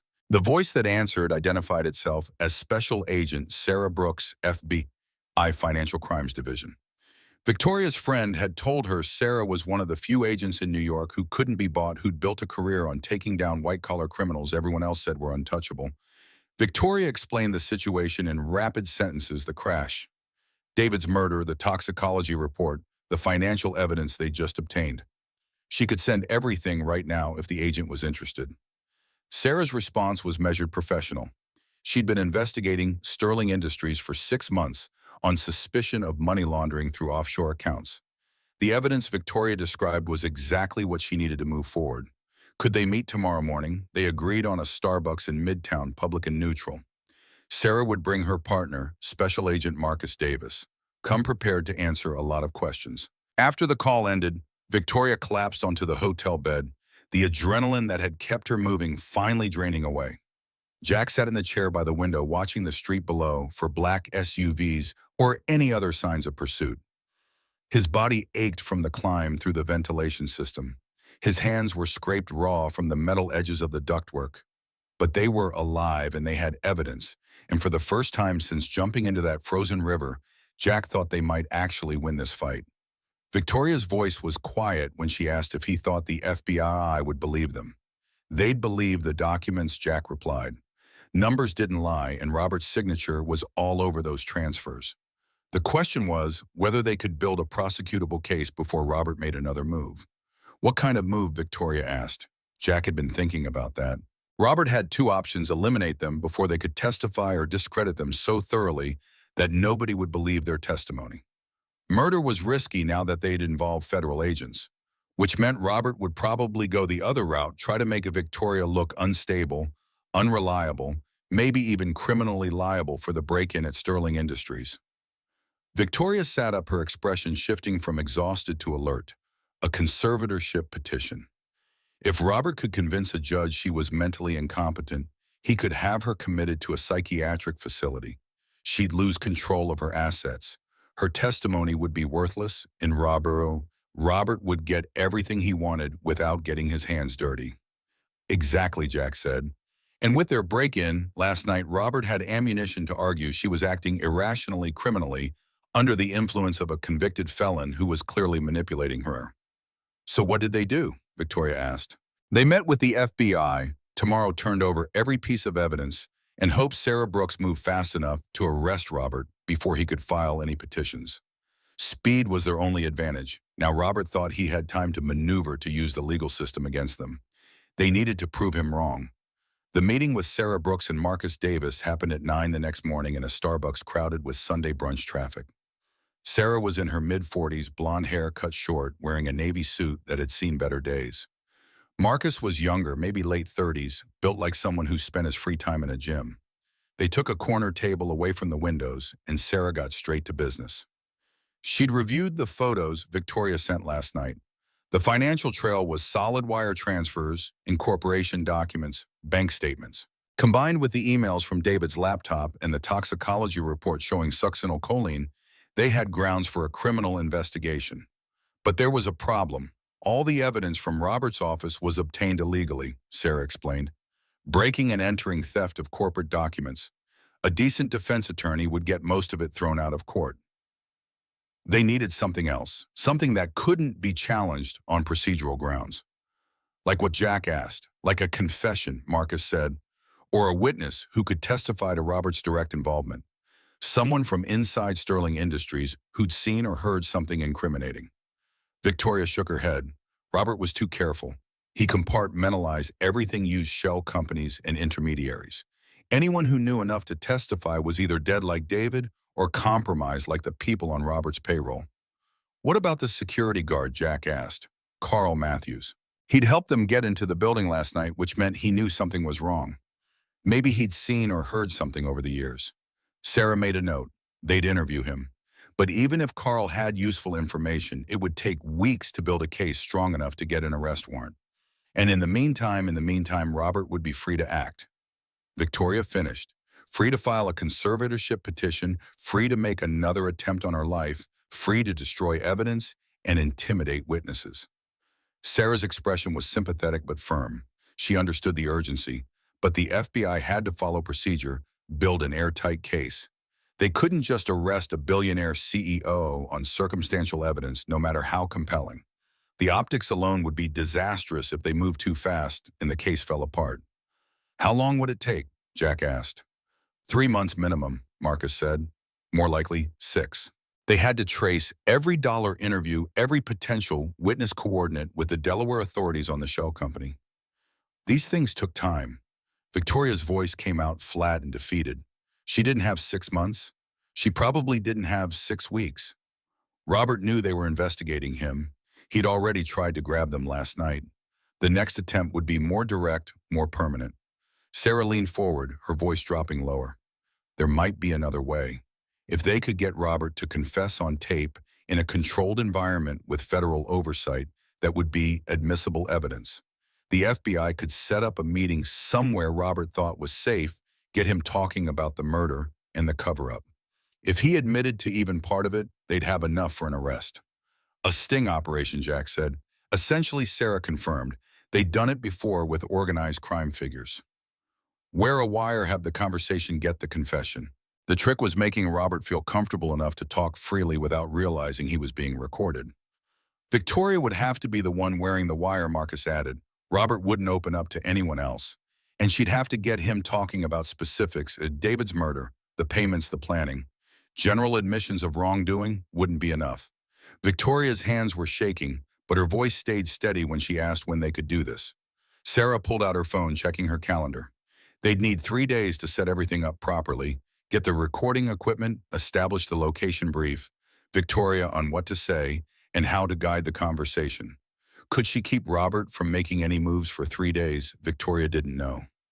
Maybe. If she played along, acted like she was having second thoughts about pursuing the investigation, made Robert think he'd won. It was risky, Sarah warned. If Robert suspected anything, if he thought for a second this was a trap, he'd lawyer up and they'd get nothing. Victoria had to sell the performance completely. Jack started to object, started to say this was too dangerous, putting Victoria in a room with a man who'd already tried to kill her once. But Victoria cut him off with a look. She could do this, Victoria said. She had to. It was the only way to end it.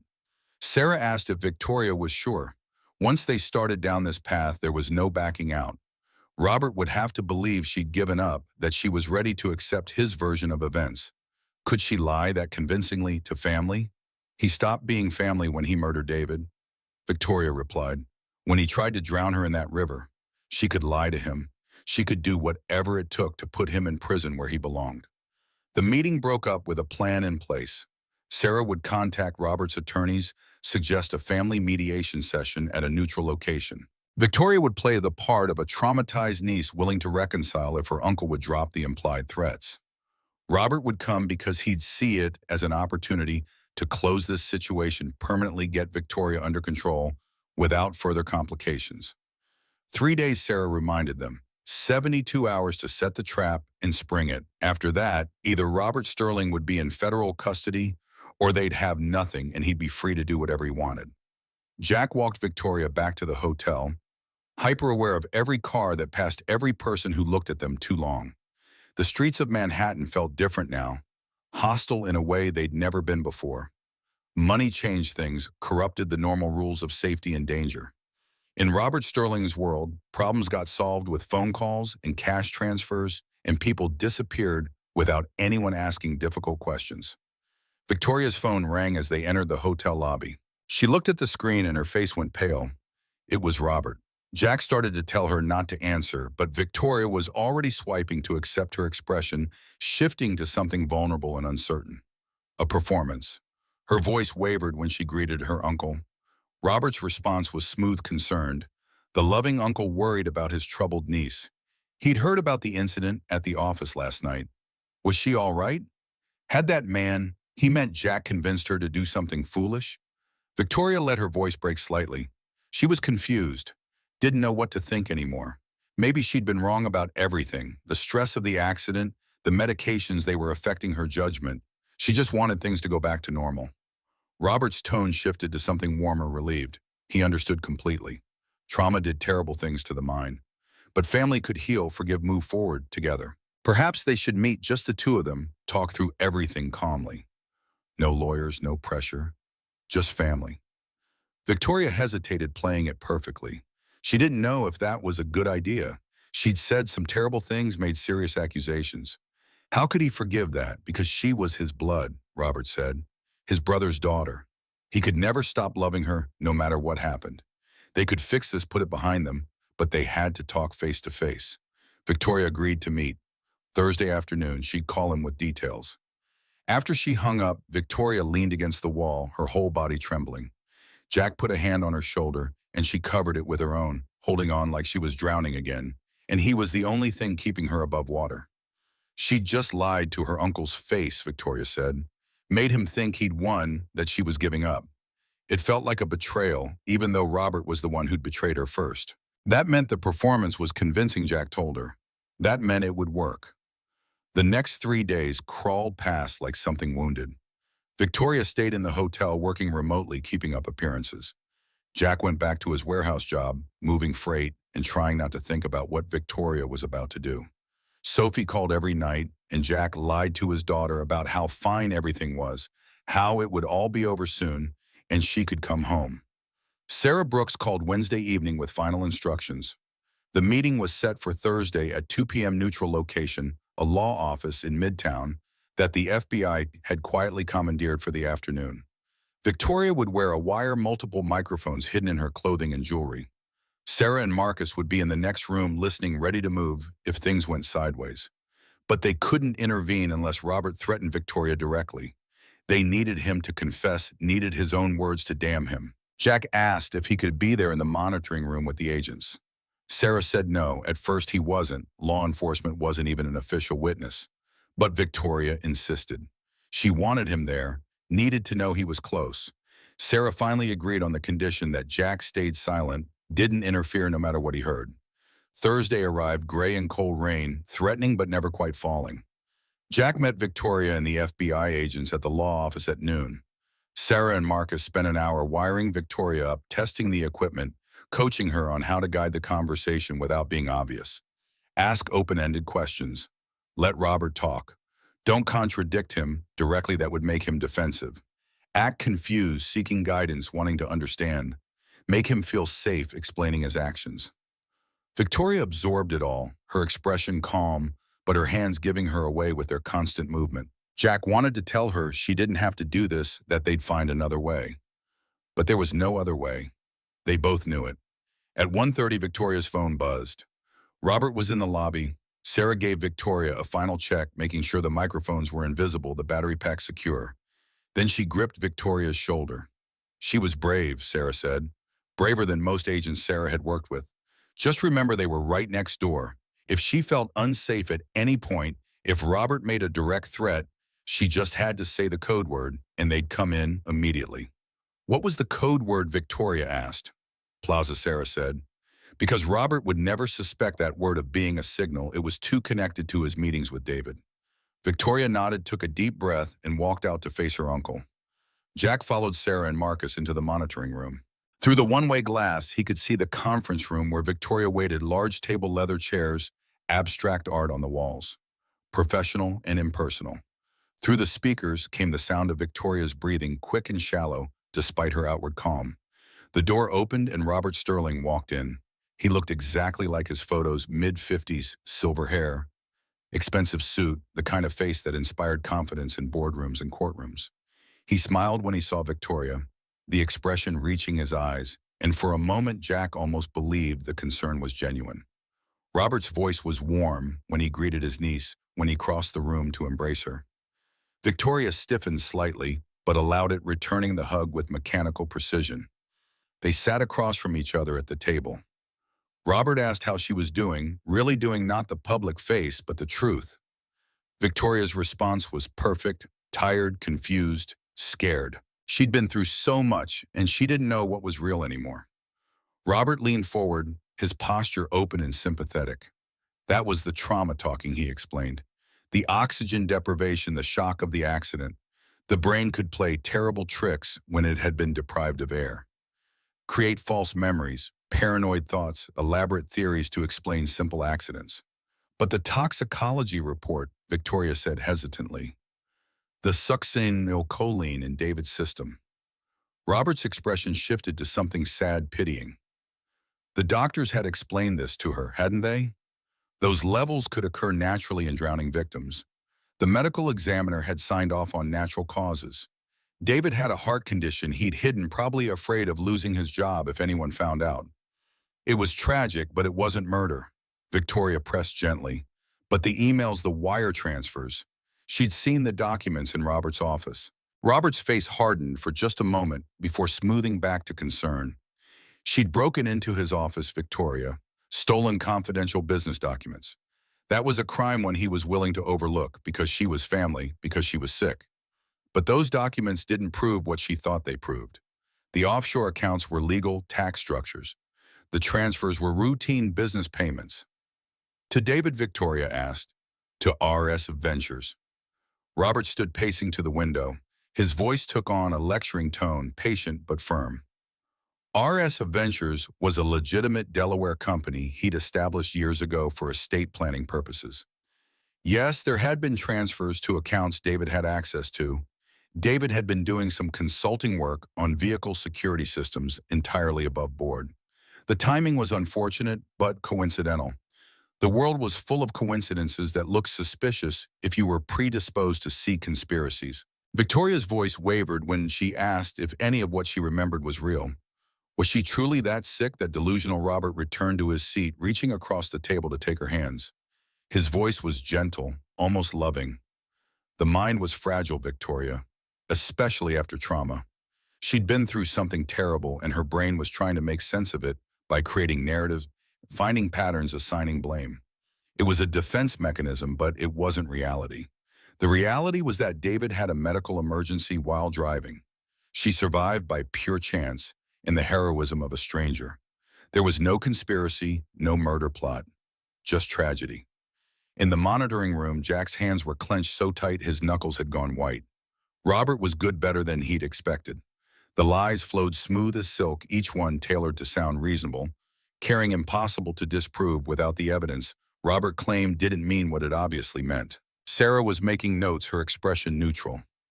Marcus watched the body language, cataloging every micro-expression. They needed more, needed Robert to slip to say something concrete. Victoria seemed to understand. Her voice got smaller, more desperate when she asked what she should do now. She'd made such terrible accusations, destroyed their relationship, all because she was confused and sick and couldn't tell reality from delusion.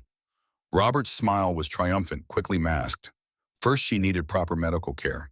He'd arranged for the best psychiatrists in New York to evaluate her start treatment. She'd get better, return to herself. Second, she needed to publicly retract the accusations. A statement explaining she'd been traumatized, confused, that she now understood there was no conspiracy. It would be embarrassing but necessary to repair the damage. And the company, Victoria asked. What happened to her shares her position. For now, Robert said perhaps it was best if he maintained full operational control. Just until she was healthy again. She'd still own the shares, but the voting rights could transfer temporarily to a conservator, someone who had her best interests at heart. Someone like family. Victoria pulled her hands back. A conservatorship. He wanted to have her declared incompetent. Robert's expression shifted, the warmth draining away like water from a cracked vessel. Only if necessary, he said. Only if she refused treatment, continued making wild accusations that damaged the company and the family name. He didn't want to go that route, but he had responsibilities to the business, to the shareholders, to the legacy his brother had built. He couldn't let one person, no matter how beloved, destroy everything. Even if that person was his niece, Victoria said. Especially if that person was his niece, Robert corrected. Because family meant making hard choices sometimes. Protecting people from themselves. His voice got harder. He'd tried the gentle approach, tried reason and compassion. But if Victoria insisted on this path, if she continued involving federal agents and ex-convicts in private family matters, he'd have no choice but to take more aggressive action. Aggressive, Victoria repeated. Like what you did to David. The room went silent. Robert's face froze, something dangerous flickering behind his eyes.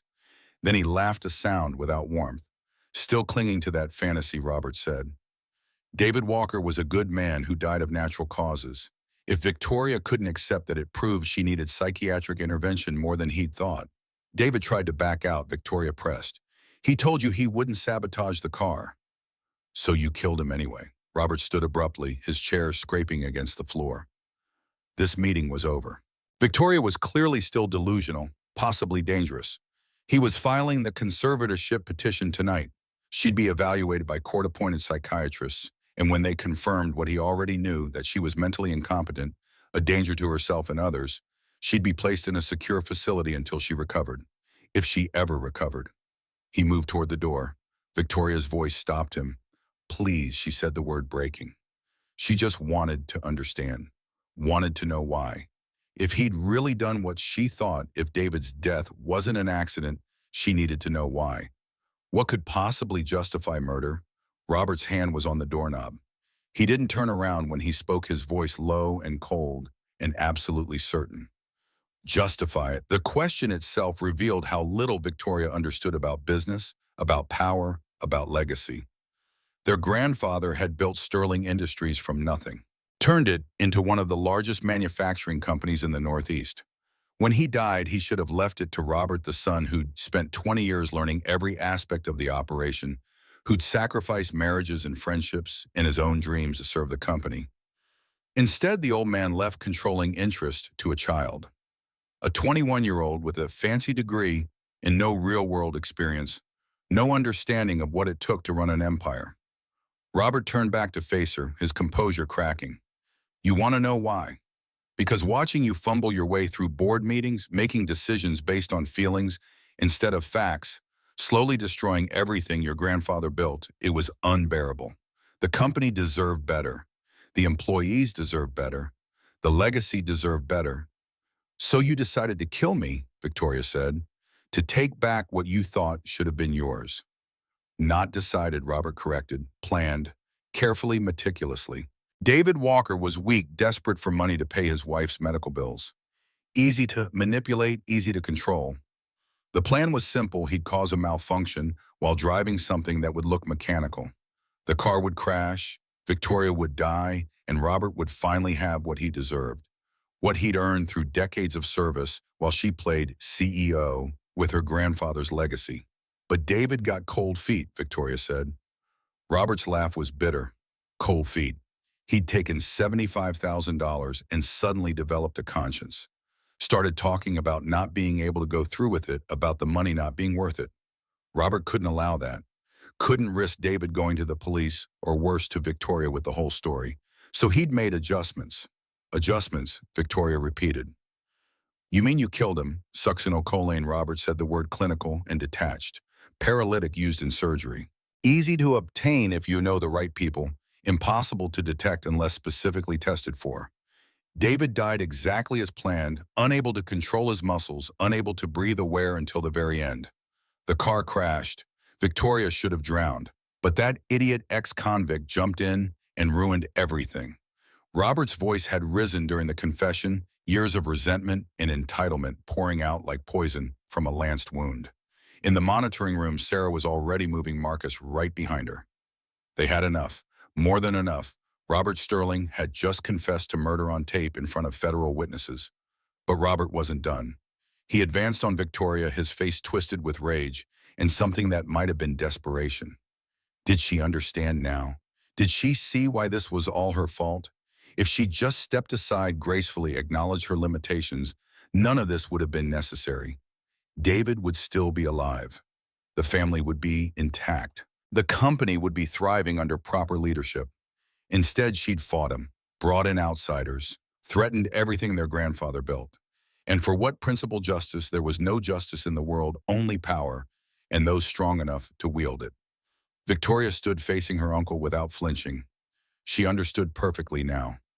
Understood that Robert had never loved her, had only ever seen her as an obstacle.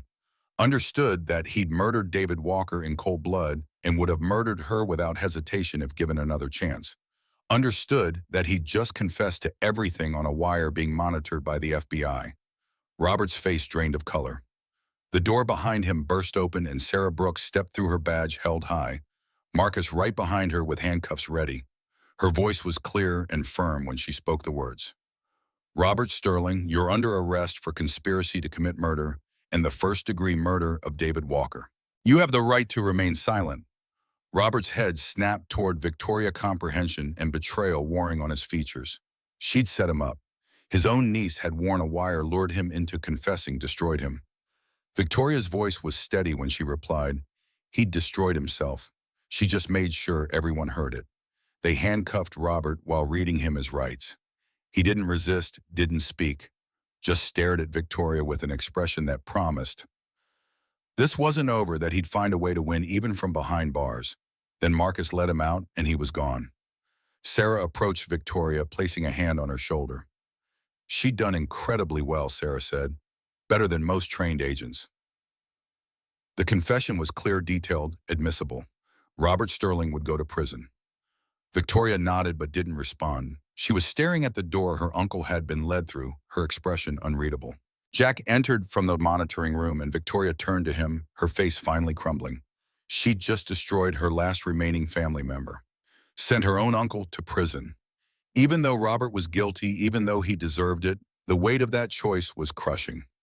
Jack held her while she cried, aware of Sarah and Marcus quietly leaving to give them privacy. He told her what he'd been thinking through the whole confession, what he'd wanted to say but couldn't until now. Betrayal only worked one direction. Robert had betrayed her the moment he'd decided her life was worth less than his ambition. She hadn't betrayed anyone. She'd chosen truth over lies, justice over family loyalty that was never deserved in the first place. That wasn't betrayal. It was courage. Victoria pulled back enough to look at him, tears still streaming down her face. Then why did it hurt so much?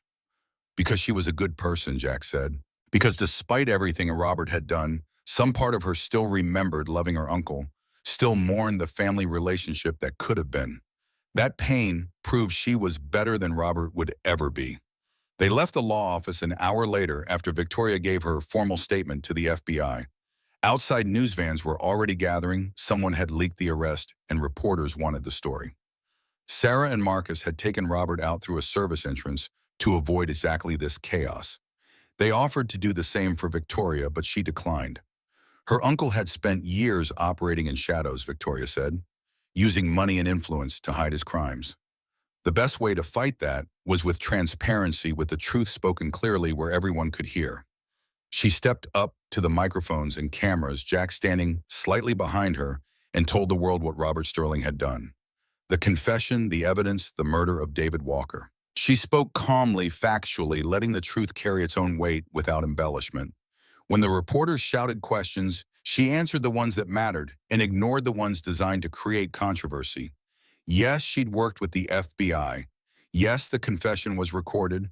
Yes, she believed justice would be served. One reporter asked how she felt about betraying her own family. Victoria's response was immediate and unflinching. Robert stopped being family when he decided I was worth more dead than alive. I didn't betray him. I chose not to die for his ambition.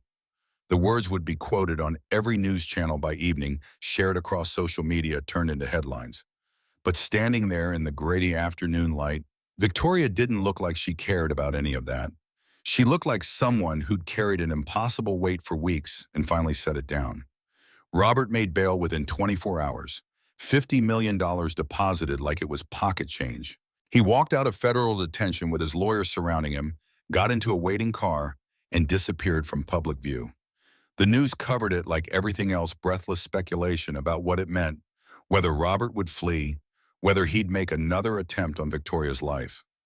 Sarah Brooks called to warn Victoria that Robert was out, advised her to maintain security, stay somewhere safe. The trial was scheduled for 3 months out, and Robert would be free until then unless he violated bail conditions. Sarah couldn't legally restrict his movements beyond the standard prohibition on leaving the country. Victoria spent those 3 months in the Connecticut house her grandfather had left her, working remotely, building the case with the prosecutors. Jack visited every weekend, the drive becoming familiar, the small house becoming something like a refuge. They didn't talk about what was building between them, the connection that went deeper than gratitude or shared trauma. There would be time for that conversation after the trial, after Robert was convicted, and the immediate danger had passed. Sophie came home in the second month, tired of being away from her father and her life. Jack arranged for private security, two former Marines that Hawk had connected him with men who took their jobs seriously and didn't ask unnecessary questions. Sophie accepted the protection with the same pragmatic maturity she'd shown through all of this, understanding that sometimes safety required accommodations, even if they were annoying. The trial began on a Tuesday in early September. Federal courthouse in Manhattan, presided over by Judge Patricia Morrison, a stern woman in her 60s with a reputation for running an efficient courtroom. The prosecution team was led by Assistant U.S. Attorney Jennifer Walsh, a prosecutor with a 93% conviction rate. Robert's defense team had 6 lawyers, all from firms that charge 4 figures per hour. The first week was jury selection and opening statements. Jennifer laid out the case methodically. Robert's motive, the financial trail. David Walker's murder, the confession. Robert's lead attorney, Richard Blackwell, countered with a narrative of a troubled young woman traumatized by a near-death experience, manipulating evidence and entrapping an innocent man who'd only ever tried to help her. The second week brought witnesses. Sarah Brooks testified about the investigation, the offshore accounts, the wire transfers. Marcus Davis explained the surveillance footage, the timeline of events. Carl Matthews, the security guard, took the stand and described the unusual payments Robert had made to him for watching who entered the private office. His voice shook when he admitted he'd known something was wrong, but hadn't spoken up, too afraid for his job and his family. The defense attacked every witness, every piece of evidence, claimed that the financial records were misinterpreted. The timeline was circumstantial. Carl Matthews was a disgruntled employee seeking revenge. By the end of week 2, Jack couldn't tell which way the jury was leaning. Week 3 brought Victoria to the stand. She wore a simple navy suit, no jewelry except small earrings, her hair pulled back severely. She looked professional, competent, nothing like the delusional heiress Robert's lawyers were trying to portray. Jennifer walked her through everything: her grandfather's death, the inheritance, Robert's reaction, the years of tension, the car crash, waking up in the river, David's suspicious death, the investigation, the evidence, the decision to work with the FBI. Blackwell's cross-examination was brutal. He attacked her credibility, her mental state, her motivations, suggested she'd fabricated the entire conspiracy because she couldn't handle the responsibility of running Sterling Industries, because she'd rather play victim than admit her own inadequacy. Implied her relationship with Jack was proof of impaired judgment involving an ex-convict in corporate matters, relying on someone with no expertise or standing. Victoria never wavered, answered every question calmly, factually. When Blackwell suggested she was lying about Robert's confession, Victoria's response was measured and devastating. "Why would I lie? I loved my uncle once. Having him convicted brings me no joy. But I love truth and justice more than I loved a man who saw me as an obstacle to remove. That's not mental illness. That's basic human decency." The courtroom was silent when she finished. Even Blackwell seemed momentarily at a loss for a follow-up. The fourth week brought the confession itself. Jennifer played the audio recording of Robert's words in that conference room, his voice clear and cold, as he'd explained his rationale for murder. The jury listened without visible reaction, but Jack, watching from the gallery, could see the impact. Hearing Robert's own voice admit to paralyzing David Walker, to planning Victoria's death, to justifying murder as business necessity, it was damning in a way no amount of expert testimony could match. Blackwell objected that the confession was obtained through entrapment, that Victoria had manipulated her uncle into saying things he didn't mean. Judge Morrison overruled. The FBI had conducted the operation legally with proper warrants and oversight. Victoria had simply asked questions. Robert had chosen to answer them. The defense called their own experts, psychiatrists, who testified that Victoria showed signs of trauma-induced paranoia, that her accusations were consistent with PTSD and oxygen deprivation effects. Financial analysts who claimed the offshore transfers could be innocent business transactions. Character witnesses who described Robert as a devoted uncle who'd only ever wanted the best for his niece. But they couldn't explain away the confession, couldn't make the jury unhear Robert's own words describing exactly how he'd murdered David Walker and why he'd planned to kill Victoria. Closing arguments happened on a Friday afternoon. Jennifer was concise, focused. She reviewed the evidence piece by piece, showing how it all pointed to one inescapable conclusion: Robert Sterling had murdered David Walker and attempted to murder his own niece in order to gain control of Sterling Industries. His confession confirmed what the evidence already proved. Justice demanded a guilty verdict. Blackwell's closing was longer, more theatrical. He painted Robert as a victim of circumstance, a loving uncle targeted by a vindictive niece, and an overzealous FBI. Reminded the jury that in America, people were innocent until proven guilty beyond reasonable doubt. Asked them to look past the emotional impact of that recorded confession and see it for what it really was. An old man stressed and confused, saying things he didn't mean under pressure from someone he loved. The jury deliberated for 7 hours. Jack sat in the hallway with Victoria, neither of them speaking much, just existing in the uncertainty. When the bailiff finally called them back, Victoria's hand found his and held tight. Judge Morrison asked if the jury had reached a verdict. The foreman, a middle-aged woman who'd been a teacher before retiring, stood and said they had. On the count of conspiracy to commit murder, guilty. On the count of first-degree murder of David Walker, guilty. On the count of attempted murder of Victoria Sterling, guilty. On all additional counts of wire fraud and obstruction of justice, guilty. Victoria's breath left her in a rush. Around them, the courtroom erupted in noise, reporters scrambling for phones, spectators reacting, Robert's lawyers conferring urgently. But Jack was focused on Victoria, who was crying silently, her shoulders shaking with relief or grief or some mixture of both. Robert stood motionless at the defense table, his face blank. He didn't look at Victoria when the marshals approached to take him back into custody. Didn't acknowledge her existence at all. He'd written her off completely, the way you'd write off a failed investment. Sentencing came 2 weeks later. Judge Morrison heard statements from both sides, the prosecution recommending the maximum penalty, the defense pleading for leniency based on Robert's age and lack of prior criminal history. Ann Walker spoke through tears about her brother's death, about the 2 children growing up without a father, because a billionaire had valued money over human life. Victoria spoke last. Her voice was steady when she addressed the court, explaining that Robert Sterling had taught her a valuable lesson, that privilege and power didn't make someone worthy of respect, that true character showed in how you treated people who couldn't fight back. David Walker couldn't fight back. Neither could she when she was drowning in that river. Robert had seen their vulnerability and chosen to exploit it. She hoped the sentence would reflect the severity of his crimes and ensure he never had the opportunity to harm anyone again. Judge Morrison's sentencing statement was brief. Robert Sterling had abused his position, his wealth, and his family connections to commit murder and attempted murder. He'd shown no remorse, no recognition of the harm he'd caused. The sentence was 25 years to life without possibility of parole. At 52 years old, Robert would die in prison. They led him away in handcuffs. This time he did look back, his eyes finding Victoria one last time.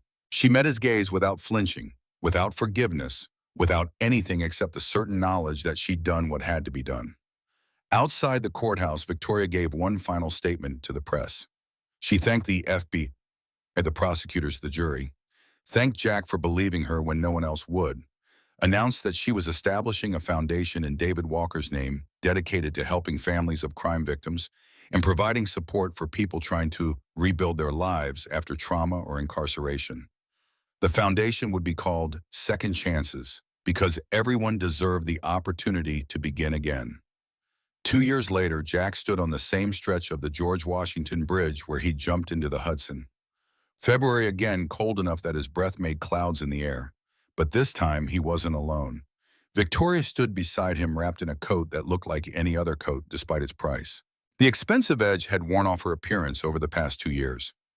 She still had money, would always have money, but she wore it differently now, like it was a tool instead of an identity. The Second Chances Foundation occupied a 5-story building in the Bronx. They'd helped 800 people in the first 2 years, job training, housing assistance, counseling, legal support. Ann Walker worked there managing community outreach, honoring her brother's memory by helping others. Hawk had come on board to run the vocational training program. Sophie volunteered every summer, already talking about studying social work at Columbia. Jack ran the day-to-day operations. Turned out skills from moving freight pallets translated well to nonprofit management, logistics, efficiency, making sure resources got where they needed to go. Sterling Industries had transformed under Victoria's leadership. They'd shifted focus to sustainable manufacturing, ethical supply chains, investments in communities. The board had initially grumbled until the long-term projections showed steady growth built on actual value. Victoria's question pulled Jack from his thoughts. Did he ever regret jumping? Jack looked down at the dark water, remembering the cold that had nearly killed him. He told her no.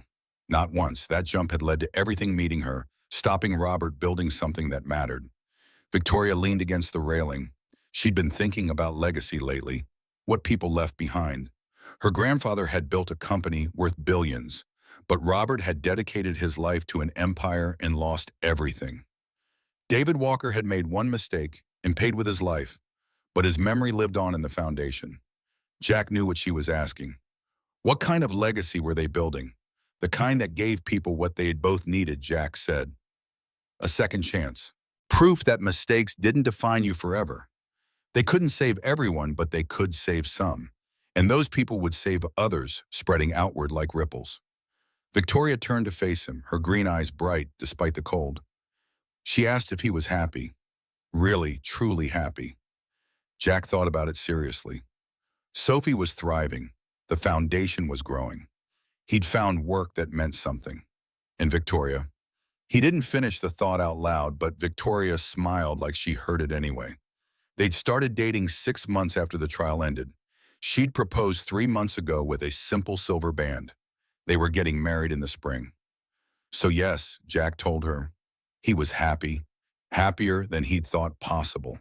Victoria moved closer, fitting herself against his side. She was happy too, not because of the money or the recognition, because she'd found people worth trusting, work worth doing, a life built on truth instead of pretense. Jack's voice was quiet when he finally spoke, the words settling into the cold air like an oath or a prayer.